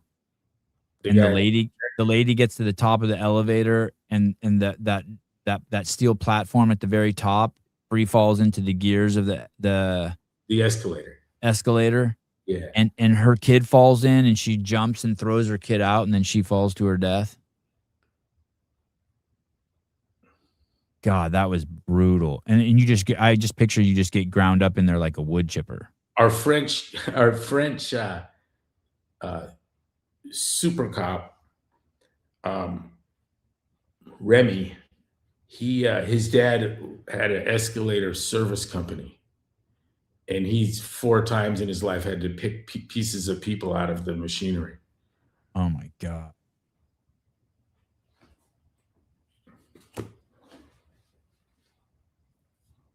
Escalator related deaths are rare, with 2 to 3 fatalities a year. That doesn't sound rare to me. Most deaths result from falls or kids playing on the handrails or workers being trapped in the equipment. Yeah. Oh my God. Oh my goodness. Oh, here we go. Here it says that 30 people die a year from elevator and escalator accidents. It's rare, sure, but you can watch it on YouTube all day long. Yeah. That and hot air balloon crashes. Oh, there's an animation called The Most Painful Escalator Death Ever.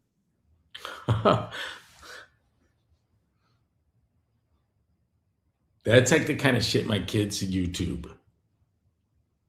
It's hilarious to look at their search. Yeah. Man watches wife die. Oh, here it is.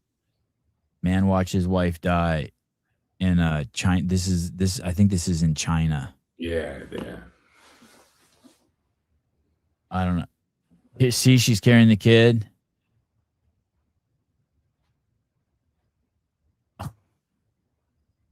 Oh boy. You got to screw the plate back on after you service it. Oh man. Escalophobia. Hey, look up escalators in Crocs.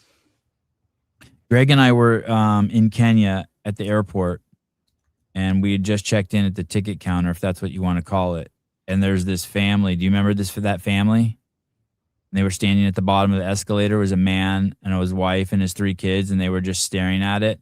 And then he gathered them up, and they all got on that first step together. Do you remember how freaked out they were? They had never been on an escalator before. No.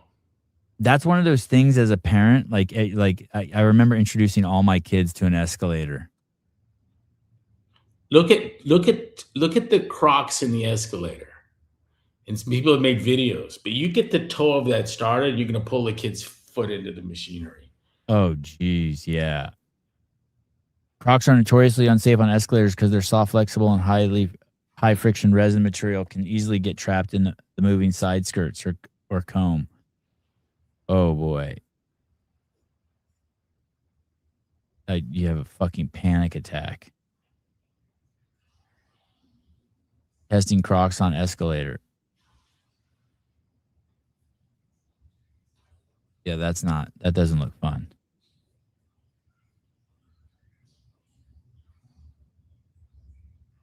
Oh, wow. Yeah, it sucks that thing right in.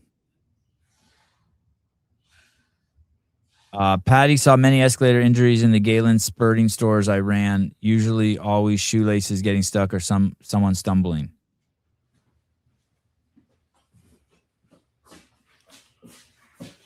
So yeah. Yeah. I've had 2 neighbors get shitty with the construction crew.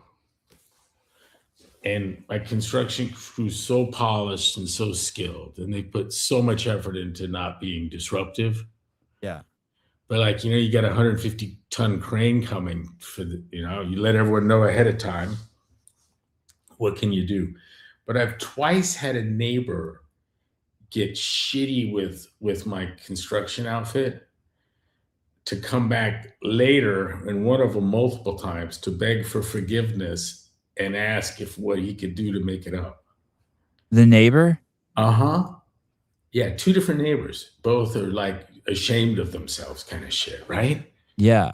And my guy Daniel's so good, but on the one neighbor, he'd asked him if he could meet with him in the morning. He'd call Daniel, and Daniel says, "Absolutely, I'll come in early. What time?" He says, 6:30. So Daniel pulls up at 6:15, and the neighbor's pacing back and forth in his yard, talking to himself, just going a mile a minute. So Daniel says, "Hey, when I meet with this guy, I'm going to put my phone in my pocket and record." And captures like 20 minutes of insanity. Oh shit. And that guy has come back over and over again, like, he just park in my yard. And he's like, no, we're not gonna park in your yard. You know? Thank you though. It was a bad moment. I'm selling a bit. I understand. It's all good. We're good, man. We're good. And this guy's planning on building. He's bought a scraper. Was there an incident yesterday with the crane in the tree? Yeah, I had a guy come over and just freak out and then come back later and like ashamed of himself.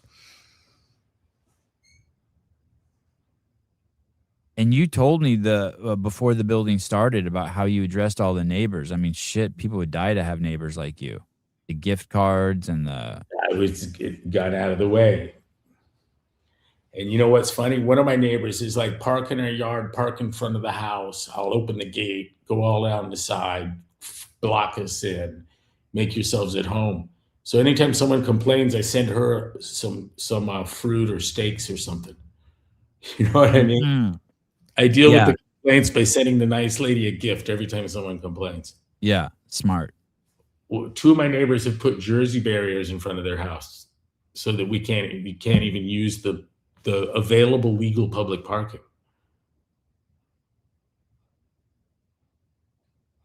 You know what's interesting too about me to me about me to me is I'm not even slightly bothered by their discomfort. Right. I mean, doesn't stress you out at all. The guy that told me, hey, listen, the gift is greatly appreciated. I'm going to build too. I need everyone to be patient when I do. Come on, we're all in this together. It's a community, dude. Yeah. And that ding, ding, ding of equipment in the morning, that's the cash register raising my property value. And I go, thanks, bud. Good guy, Tom. He's the first one to put the Jersey barriers out.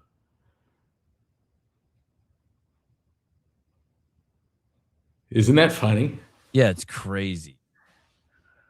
Speaking of barriers, I got neighbors. I like these people, you know. Did you see the guy, the player on the Chicago Bulls who just got kicked off the team? Yes. I only watched like 30 seconds of the video, so I don't know if he said anything crazy. Oh, he said that the Pride Month was unrighteous and he got kicked off the fucking team. Look at Caitlyn Clark. According to Jason Whitlock, the sins for which her career will be destroyed. And this is before it even started panning out. But he said that she's white, for which she will never be forgiven. She's heterosexual, for which she will never be forgiven. And she's Christian, for which she'll never be forgiven. And so a significant number of the technical fouls that are called on players are called on people fouling her. People have been thrown out of games. It's for doing things to her, and she's got the highest number of uncalled fouls. And another superstar player said she has a good federal lawsuit, discrimination lawsuit against the WNBA. And this chick, I forget her name, she's from Vegas, but she's an all-star, a superstar, a Hall of Famer, current player, says that Caitlyn is abused and nothing's done about it because she's white, because she's Christian, and because she's heterosexual. And she's also the best player in the league. And they're going to end her career. Jason Whitlock said that, but before she even started, that she will be hated. So it's amazing. I like it how he said this, and it panned out. What? I thought it was nuts when he said it. I thought he was fun. Okay, I like Jason Whitlock. This is nuts. Oh, And then as I watched her, what's the notable thing about watching Caitlyn Clark is the abuse she takes.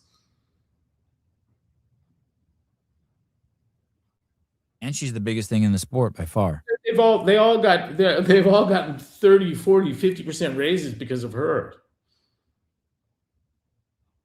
These glasses got stepped on or bent one time, so they sit cockeyed. That's pretty crazy that you notice that.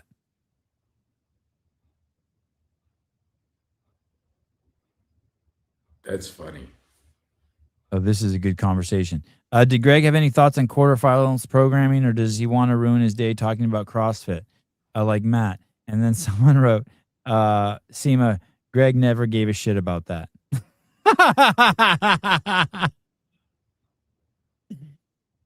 Oh, poor Matt. Poor Matt Fraser. They did a live stream and he was what happened? So all these basically, you know, with all these new live streaming you know, capabilities, the athletes have this online you know, step to go to the CrossFit Games, the quarterfinals. And so a lot of them are streaming it. And during one of the streams, Matt was sitting next to one of the guys and Matt's just eating lunch. He's not even the focal point. And the guy's talking. It was Marston Sawyer. And he's like, and he turns to Matt and says, "Hey, Matt," and the camera pans over to him. What do you think about the and he asks him something about quarterfinals. And Matt starts to answer something and then goes, actually, I don't want to talk about this. I don't want to ruin my day by talking about CrossFit. And of course, we all started laughing and the clip got made. And so yeah. And you know, and then the story starts up. Here's a fucking, and everyone blasted him. It's like, hey, fuck nut. You made your whole fucking family supported by CrossFit and the ecosystem. And then you say something dumb like that. So now the CrossFit news cycle has been, you know, 7 days of people just hating on Matt again. I mean, every time the guy opens his mouth, he puts his both feet in it and his cock and balls in it. I just feel so sorry for him. It's like, holy shit. Think of the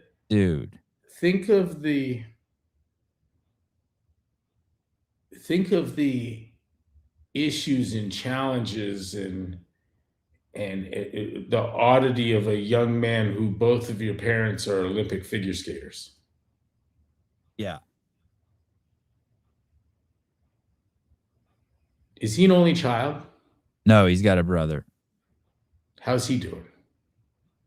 One day, all I remember is 1 year when Matt won the games, his brother came out onto the floor, and his brother's covered in tats, you know, like pathologically. And I think he had the huge holes in his ears, and I think his brother's probably had a rough go at it. I'm guessing.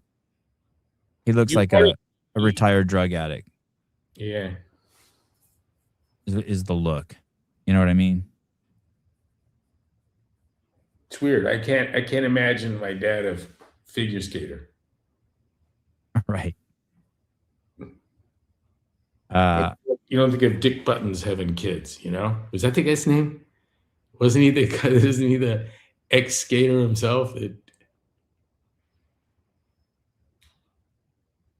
Dick Button, a legendary two-time Olympic champion, Richard Dick Button. Oh, he lived in 95.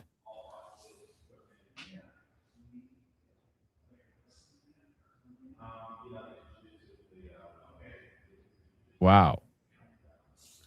Oh yeah, this guy's straight black from the black and white days. There might not even be any footage of this guy. Oh, there he is.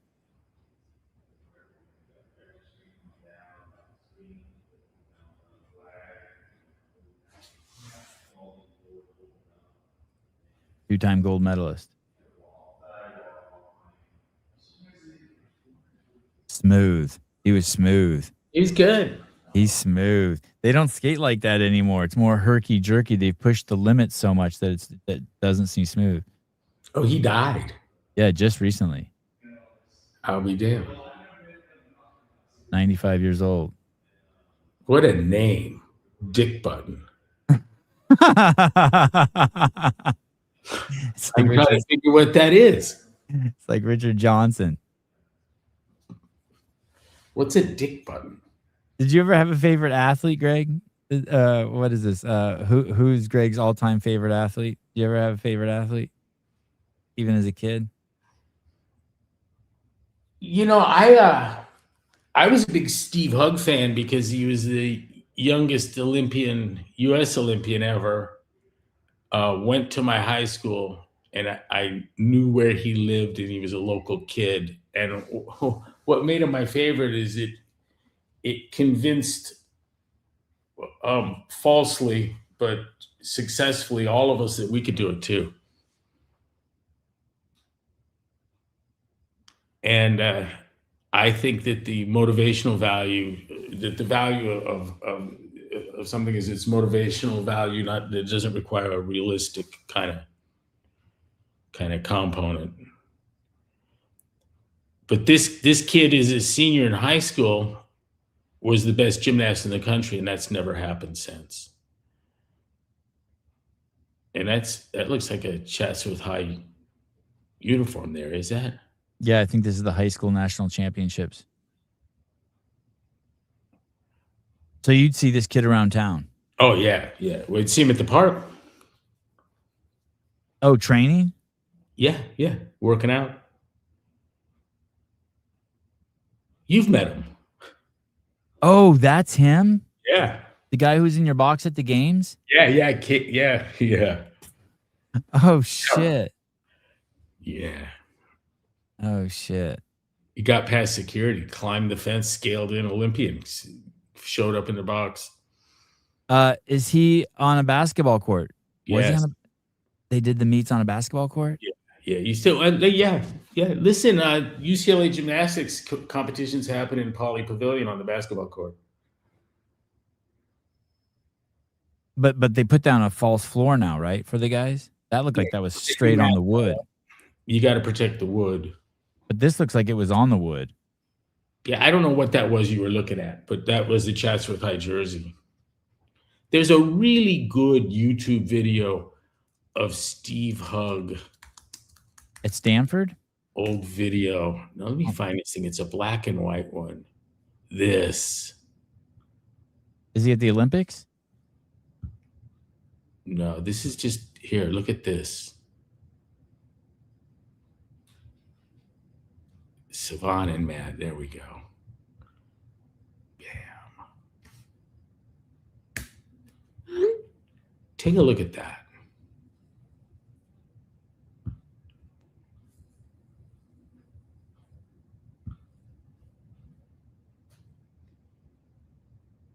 And so you could obviously there was no video to watch back in the day. You could only see him in person.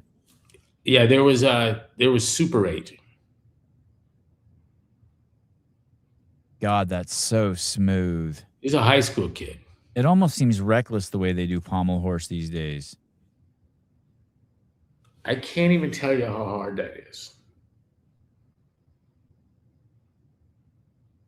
My kids just started pommel horse yesterday. They were freaking out. I was forced to compete on it. There was a kid, Ted Marcy, who's now a world-renowned pulmonologist, which is interesting, right? But he was routinely pulling, he would every third meet get a 10 from a couple of judges. Look, this is good too. Was that in slow motion? Yeah. Yeah, the timing's off, but so what?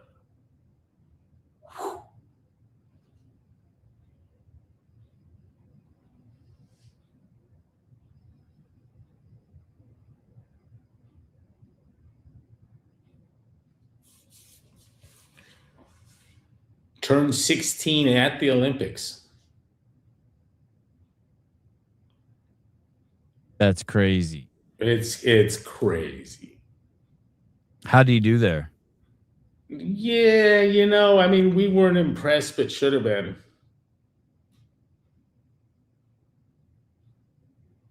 Did he get on a Wheaties box or anything? No, but he was America's best gymnast for a long time.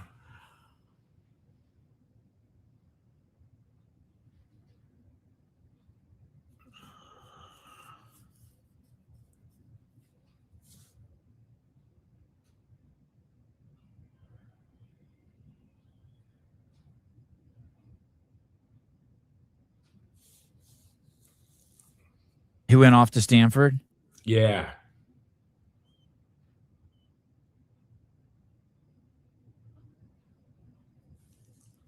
I think in the 72 Olympics in Munich, he took 26th in the world. But to give that perspective, 8 years later, we were globally dominant. And Steve Hugg played no small role in that. He was sort of the catalyst for it. I don't know, man, but the inspiration to high school kids, for a high school kid to be better than any of the college kids, was really exciting. Imagine now someone coming from high school to the NBA. You know, some have, right? Yeah. I think I remember Kobe. Did Yeah. Kobe do that?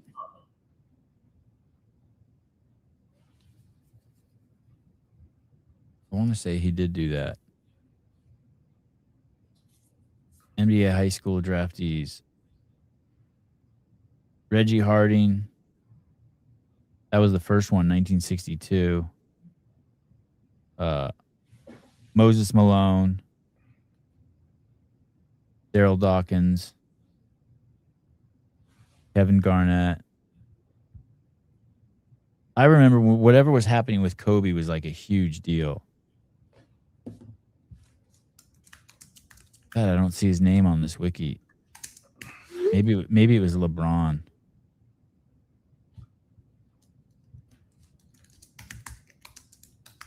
Stoudemire, LeBron, Kendrick Perkins.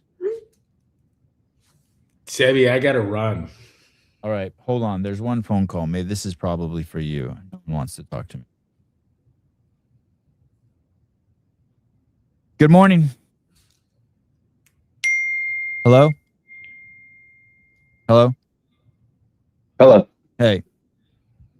Hey. Coach, are you coming to New York in 2 weeks?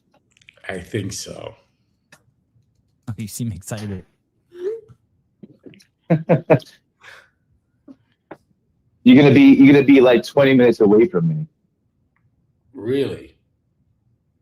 Yeah. Now I'm more interested in coming. The box owner is great. Phenomenal couple. God, You're thanks. gonna love them. This is Jethro, right? Yes. Yeah. Hey, buddy. Yeah, let's get together. Come see me, man. Are you gonna be there Saturday and Sunday? No, I'm gonna come in Friday afternoon, and I got my up Saturday. I'm gonna do something with everyone Saturday night, and I'm gonna head out stupid early Sunday. I think I have a 6:30 flight. All right. What time Friday, are you the 10th for the airport? Midnight? We'll talk offline somehow. I'm sorry?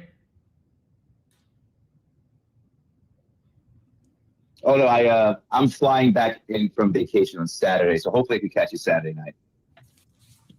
All right. Well, I'd love to see you. Yeah, I'd love to see you too. So I'll talk to Sebby. I'll get your number somehow. Do it. He'll give that to you. All right, Jethro. Thank you. Thank you. All right, later. Bye. What day are you going, Greg? April 10th? Yeah. Hey, I bought that camper. Oh, congratulations. I saw that. Did you see the quick tour with the girl? Yeah. When do you get that? It's paid for. I got to go get it. Where is it sitting? In Sacramento. Yeah, that thing's insane. Show the clip. Okay, I will. This thing is insane. I sold the fifth wheel that we never used and the dually that I've used for a lot of shit, but yeah, this is absolutely nuts. If I can make this screen.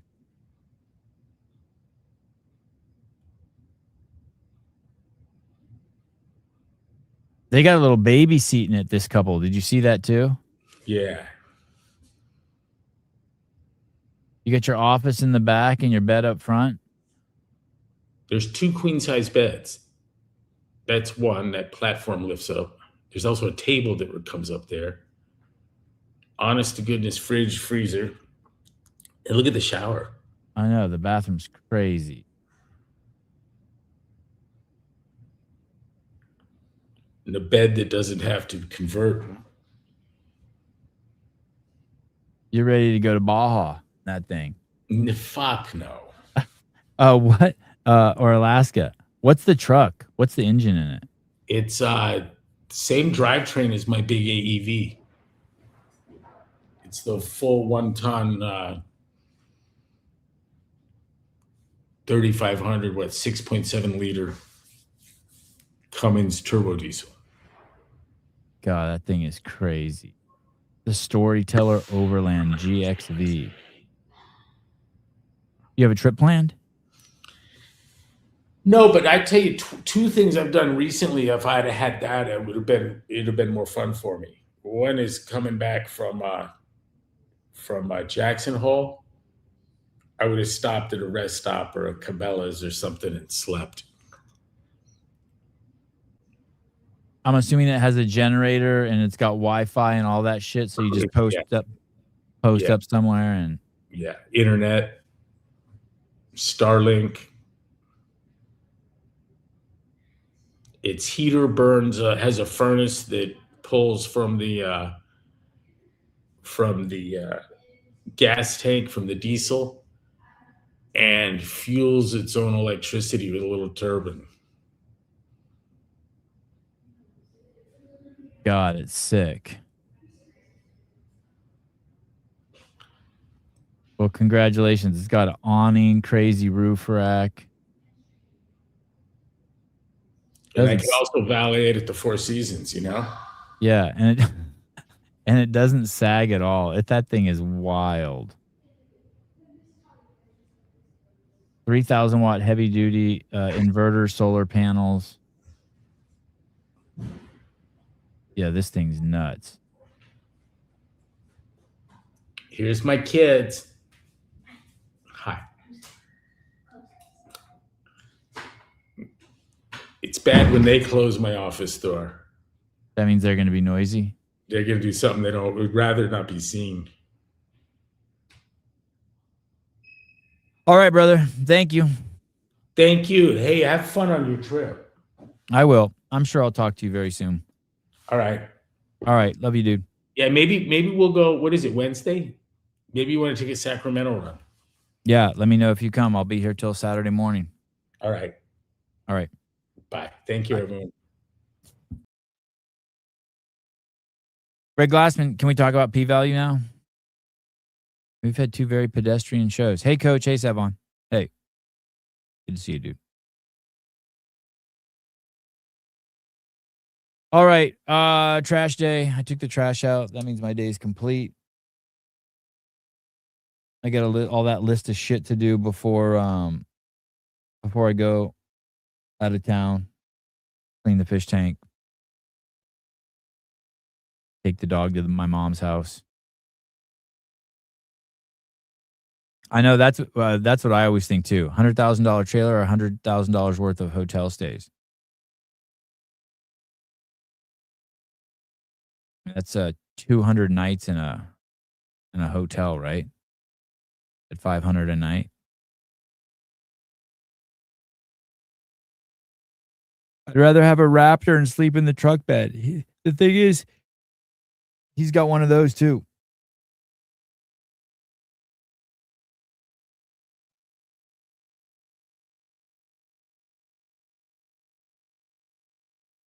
All right. I think I'm done for the day.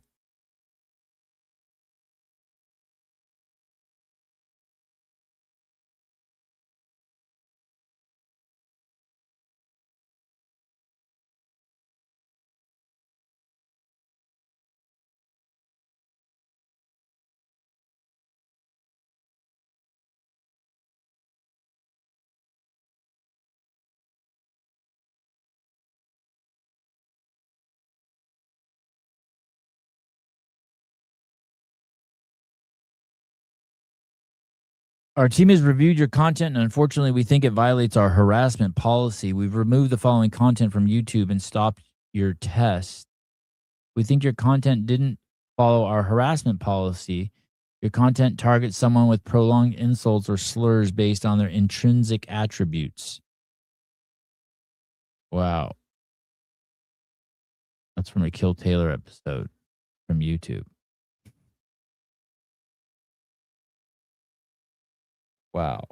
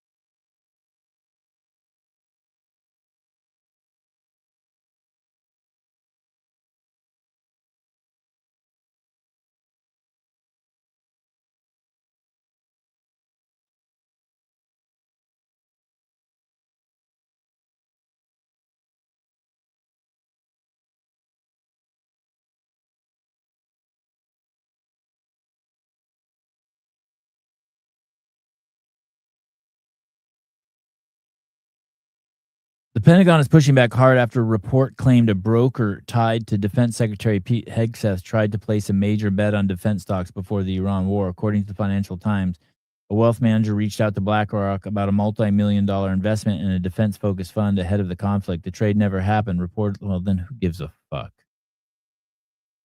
Who gives a fuck? There's plenty of stuff happening. Who gives a fuck?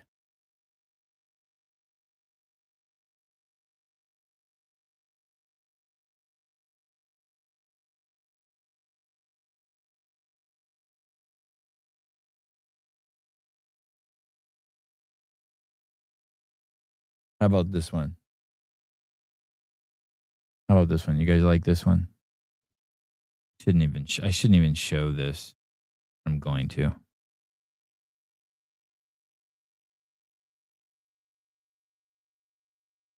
You guys ready for this fucking crazy shit? Hold on to your seats. Senior enlisted with the United States Army, came into my office in Crestview, Florida, in a non-classified setting. I had no, they didn't cash in on shit. That's the whole point.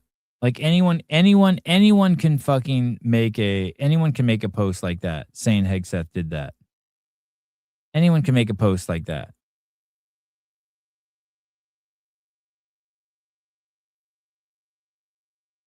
members of my staff there, and what they explained is that the military ran a very secret program where aliens that were living were in forced breeding programs with humans that had been abducted from war zones and from even the caravans of migrants. Now, again, I didn't verify this, but what the whistleblower...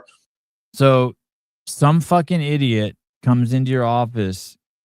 I don't know why it has to be a forced breeding program. I think that these aliens would just fuck anyway. And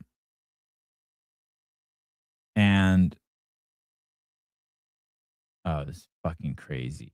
Was telling me is that there were like between 6 and 12 locations around the country where this happened, and what he wanted was and I think I mean, I'm no fucking breeding program expert, but I'm guessing that if you did a breeding program with aliens, you'd keep it in one location.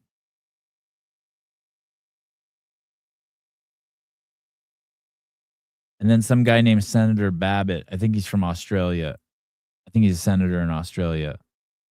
He says, let's just say some of you would be very surprised who's not entirely human. That's all I'm authorized to disclose at this time.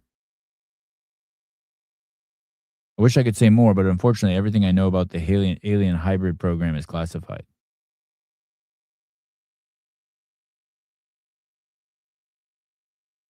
Yeah, you don't want aliens fucking all over the country. If you're trying to hide something, you don't hide it in 6 different places or 12 different places. Fucking crazy.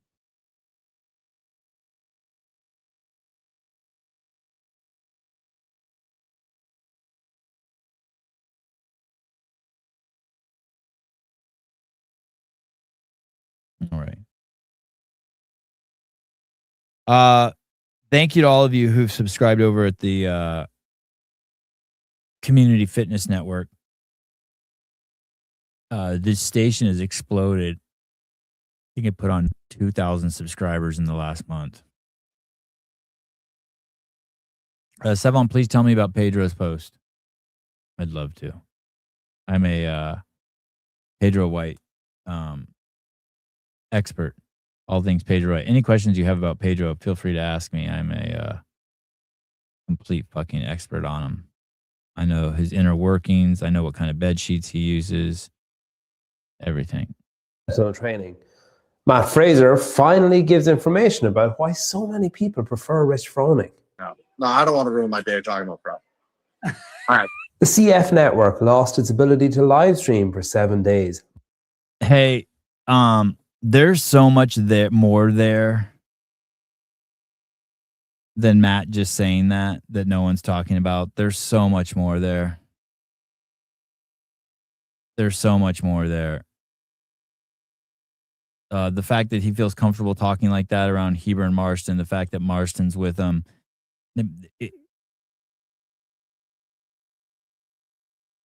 The bitterness, the anger that some of these people are carrying, and I can only imagine there's so much to speculate on that whole thing could be unraveled into a fucking 2-hour episode. Multiple suspects are being questioned at Google HQ. Andrew Hiller, because of his extensive YouTube knowledge. John Woolley,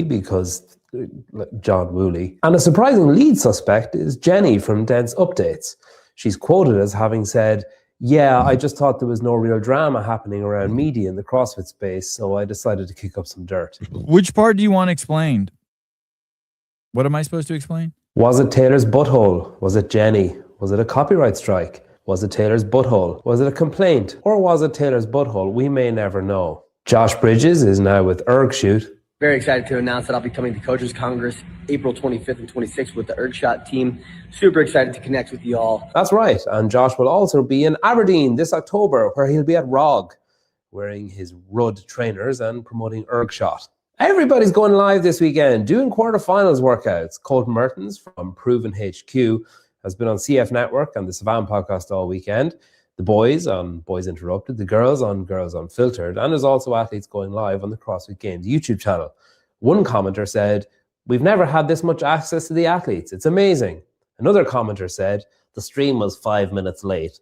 And when it did come on, the coverage was a bit patchy. And my mom's new boyfriend, Ron, told me I'm 42 and I should move out and everything sucks and I hate CrossFit and I'm starting HWPO." If you want good training from level 3 coaches who adore CrossFit and know it inside and out, you should head to trainsentinel.com. If you read this out, it's not sentineltraining.com, it's trainsentinel.com. I've been saying it wrong for fucking... How come no one's ever corrected me? What the fuck is going on? Is it trainsentinel.com or Sentinel Training? Sentinel Training. Oh, it's trainsentinel.com. Jesus criminy. Well, that confirms one thing. No one's listening to me. I'm crying out loud. You are always very specific about paper coffee. I know. I don't know what you want me to explain, Teresa. I don't know. What's he doing because your stream was cut? Oh, yeah. That joke. Yeah, that joke was about the stream being cut. He's saying that it was either Andrew Hiller, Dents, or Woolley. Definitely wasn't Andrew. For sure, John Woolley's a total tattletale. Just like whether he's explicitly calling someone a tattletaling or being passive aggressive, his whole thing is passive aggressive tattletaling anytime he makes a video. Does he still make videos? I haven't seen that guy around in forever. God, he's a passive aggressive tattletale. It's unbelievable. Unbelievable. I'm trying to think of an example. I try to erase him from my fucking brain. You know, he'll say stuff like, "Someone should be fired for this, blah, blah, blah." As affiliate owner, I'm very upset that Dave has blocked me.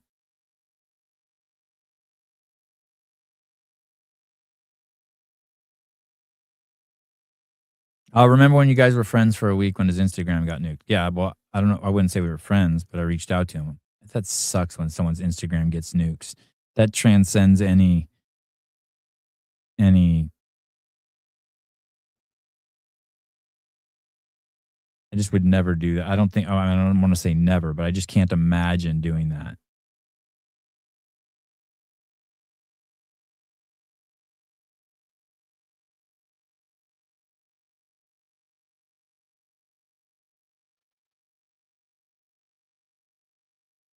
All right.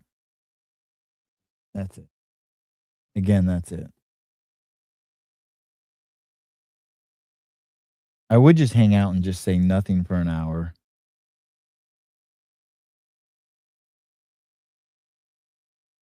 But I got to go inside.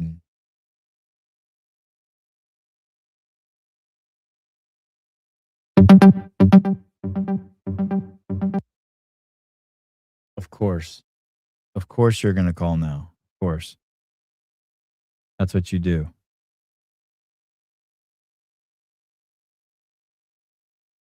Yeah, I'm trying to hook you up. Hold on.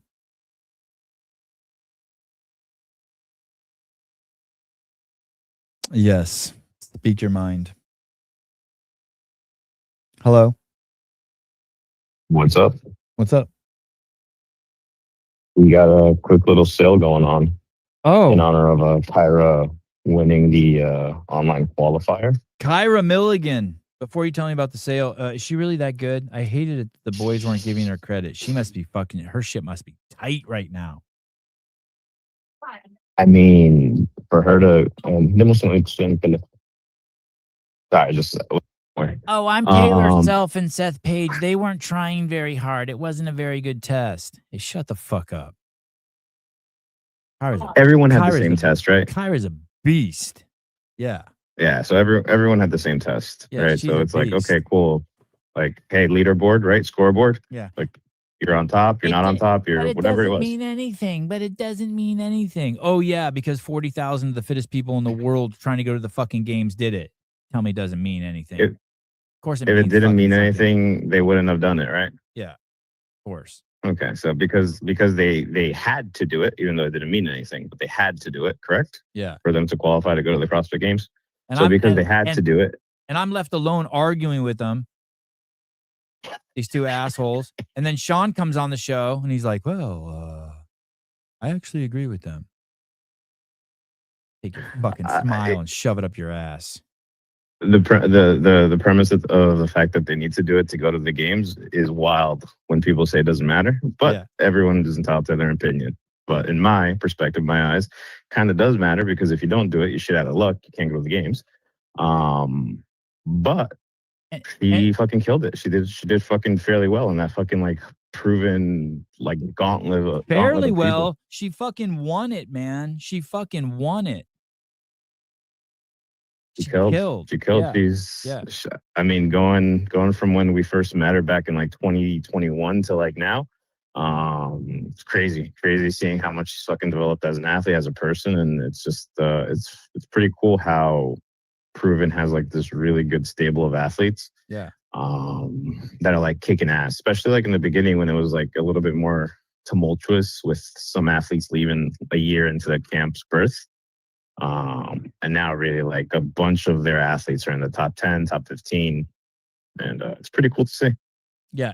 And I know that there were other girls on that leaderboard who wanted to fucking win it, who thought that they could beat Kyra, and they didn't. No one saw that coming, right? Yeah. Kudos to her. I mean, and okay, maybe she did, maybe Kiefer did, maybe people in the camp did, and maybe I'm just speaking, just from the outside looking in. No one from the outside looking in saw that happening. If you were to pinpoint someone in that training camp, in that training group that was there, especially because she did miss the games last year, you would just be like, yeah, no, she'll be a really good athlete, but I don't know if she would win. Again, that's why you have to give her some merit. It can't just be like, shit doesn't matter. Oh, but Gabe, you don't understand. They're not peaking for this. They're just doing it Exactly. to get to the next stage. They've already been invited Exactly. to quarterfinals. Oh, please. Then she wasn't Exactly. peaking You're either. like, you're building. She was in the same boat as they were then. they're building the argument for me. Exactly. Yeah. Okay, good. Perfect. Thank you for building that argument for me. Kyra's So, a beast, dude. it- She should be fucking. This puts her on the radar. This is her biggest. Also, this I would say this is her biggest accomplishment in the sport so far. I mean, objectively, I mean, I wouldn't see anything else. I mean, she might say something else, but Look at the people to the she public, beat. it is. Ariel, Danielle, Lucy Campbell, Lucy McGonigal, Paige Rogers, Miriam. I guarantee you, Miriam Von Rohr was trying to fucking win that. In this aspect of the competition schedule, she beat every single person in the world. Kerstetter, I guarantee you, Kerstetter came out hard.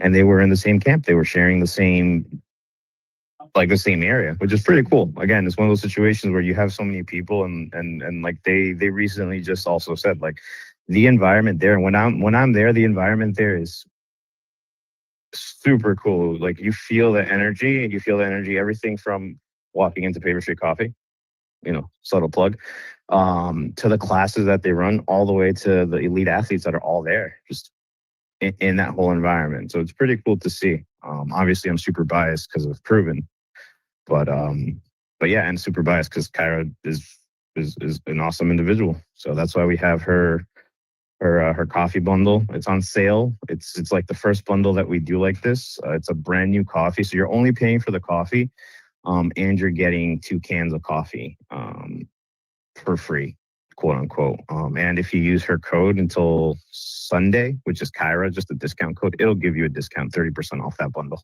Wow.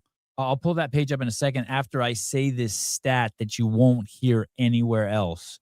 Only 2 athletes on page 1 of the 2026 quarterfinals have a first place finish. Only 2. Miriam Von Rohr and Kyra Milligan.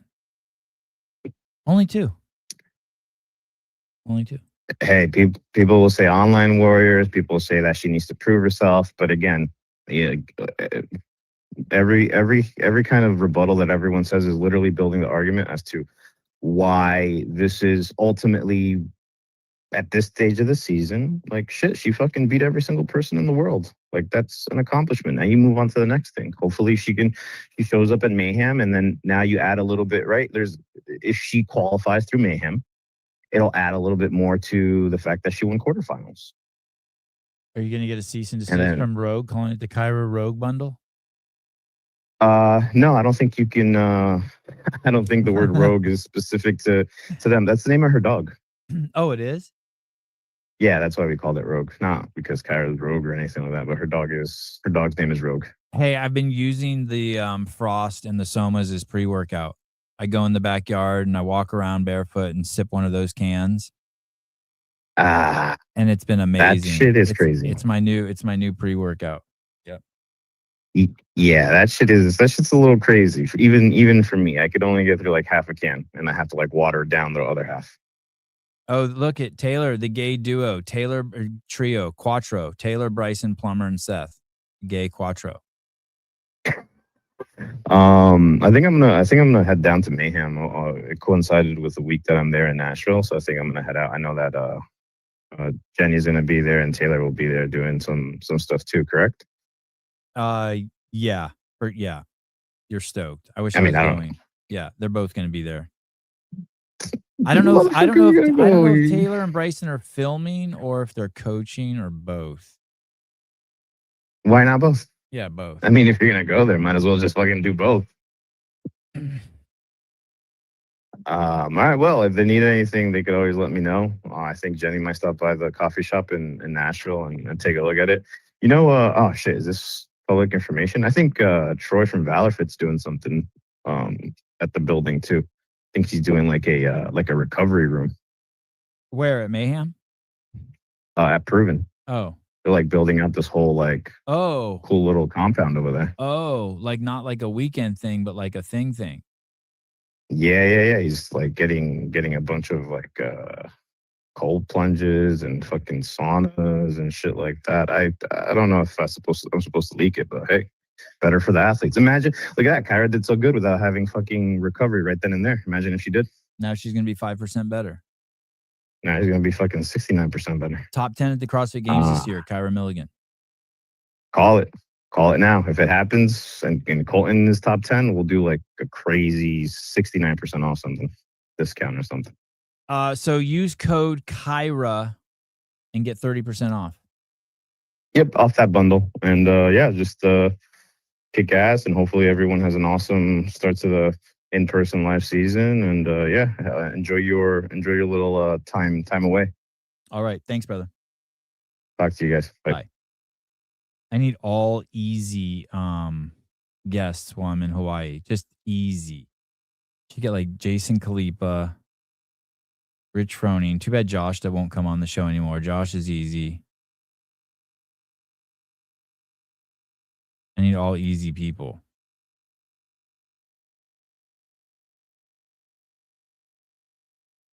Is Hamilton Road doing it again? I don't know. It's a good question.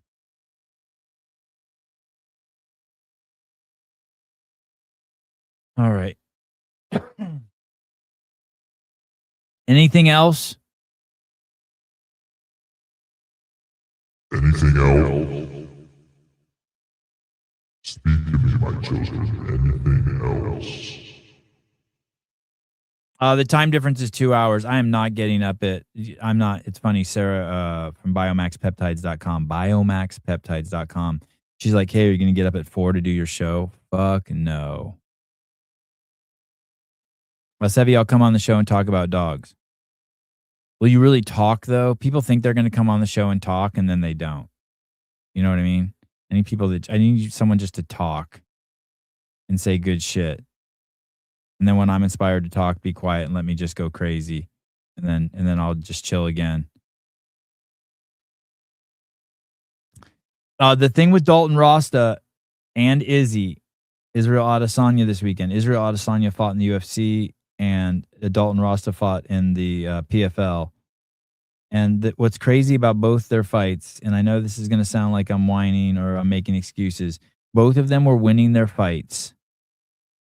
And while they were winning their fights, they changed their strategy. And I do not know why they fucking did that.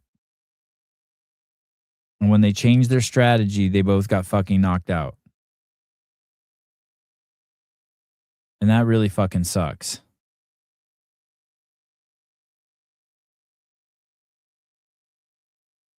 The couple we never knew we needed, Brooke Entz and Hunter McIntyre. Oh, like to have them both. Oh, yeah, they would be great guests on the show, too. Fuck, Brooke can talk. Holy shit, can she talk? For a second, I thought you were saying they're together. Did you guys know Hunter McIntyre has a podcast?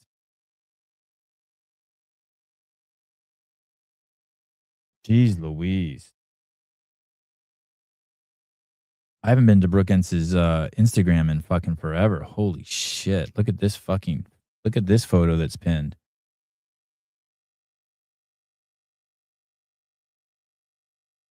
My goodness.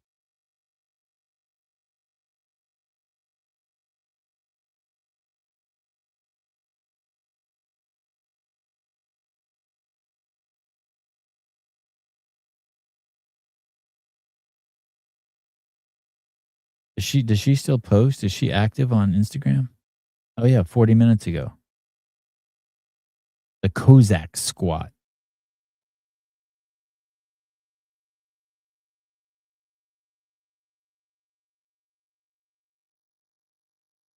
Oh, she has her own program, the Naked program.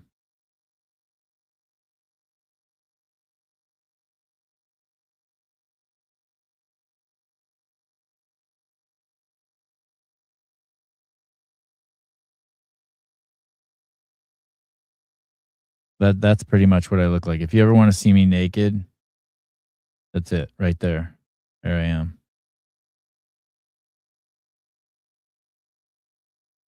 Me and Logan Thome have the same body.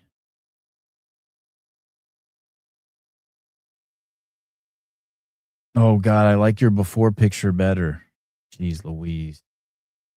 All right, I'm done. I'm gonna get myself in trouble.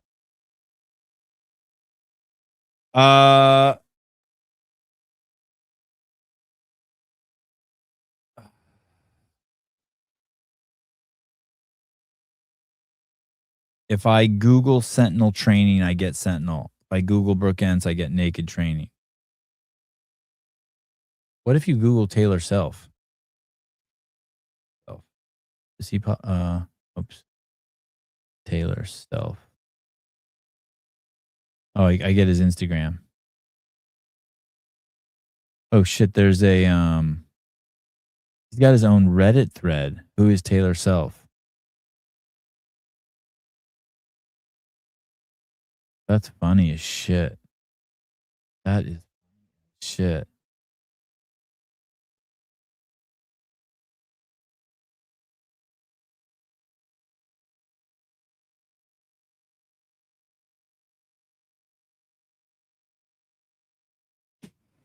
Taylor Self has 3 children in an adult-sized Dr. Robotnik costume. I don't know what that is, but that's funny. He's best ignored.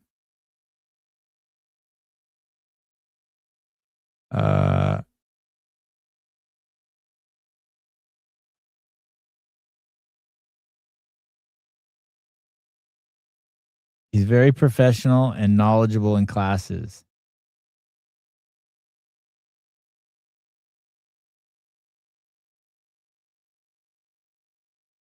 Sevon and his crew encourage him to be brash.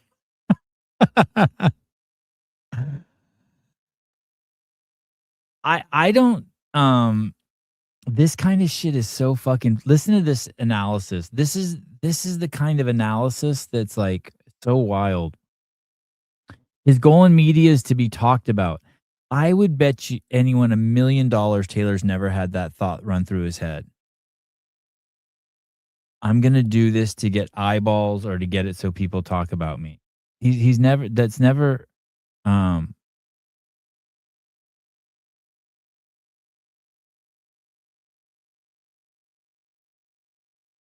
is funny. He pretends to be a pro athlete. No, he never pretends to be a pro athlete.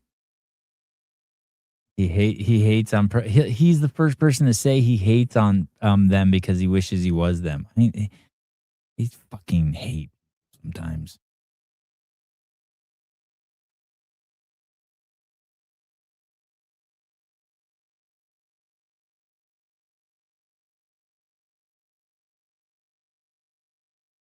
I don't know about Brooke, but I'm willing to bet if you Google Danny Spiegel naked training, you'll get some interesting hits. Oh.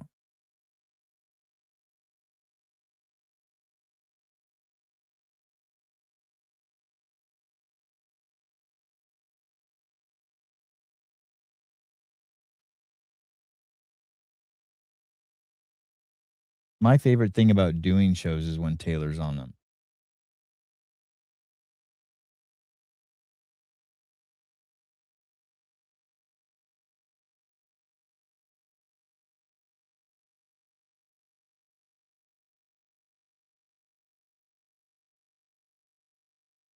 Do not run with that story.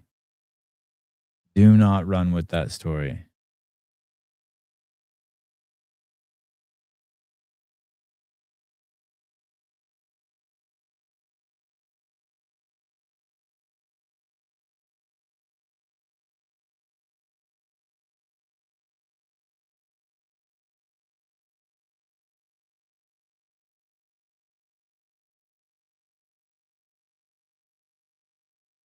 Oh shit, this guy looks like me.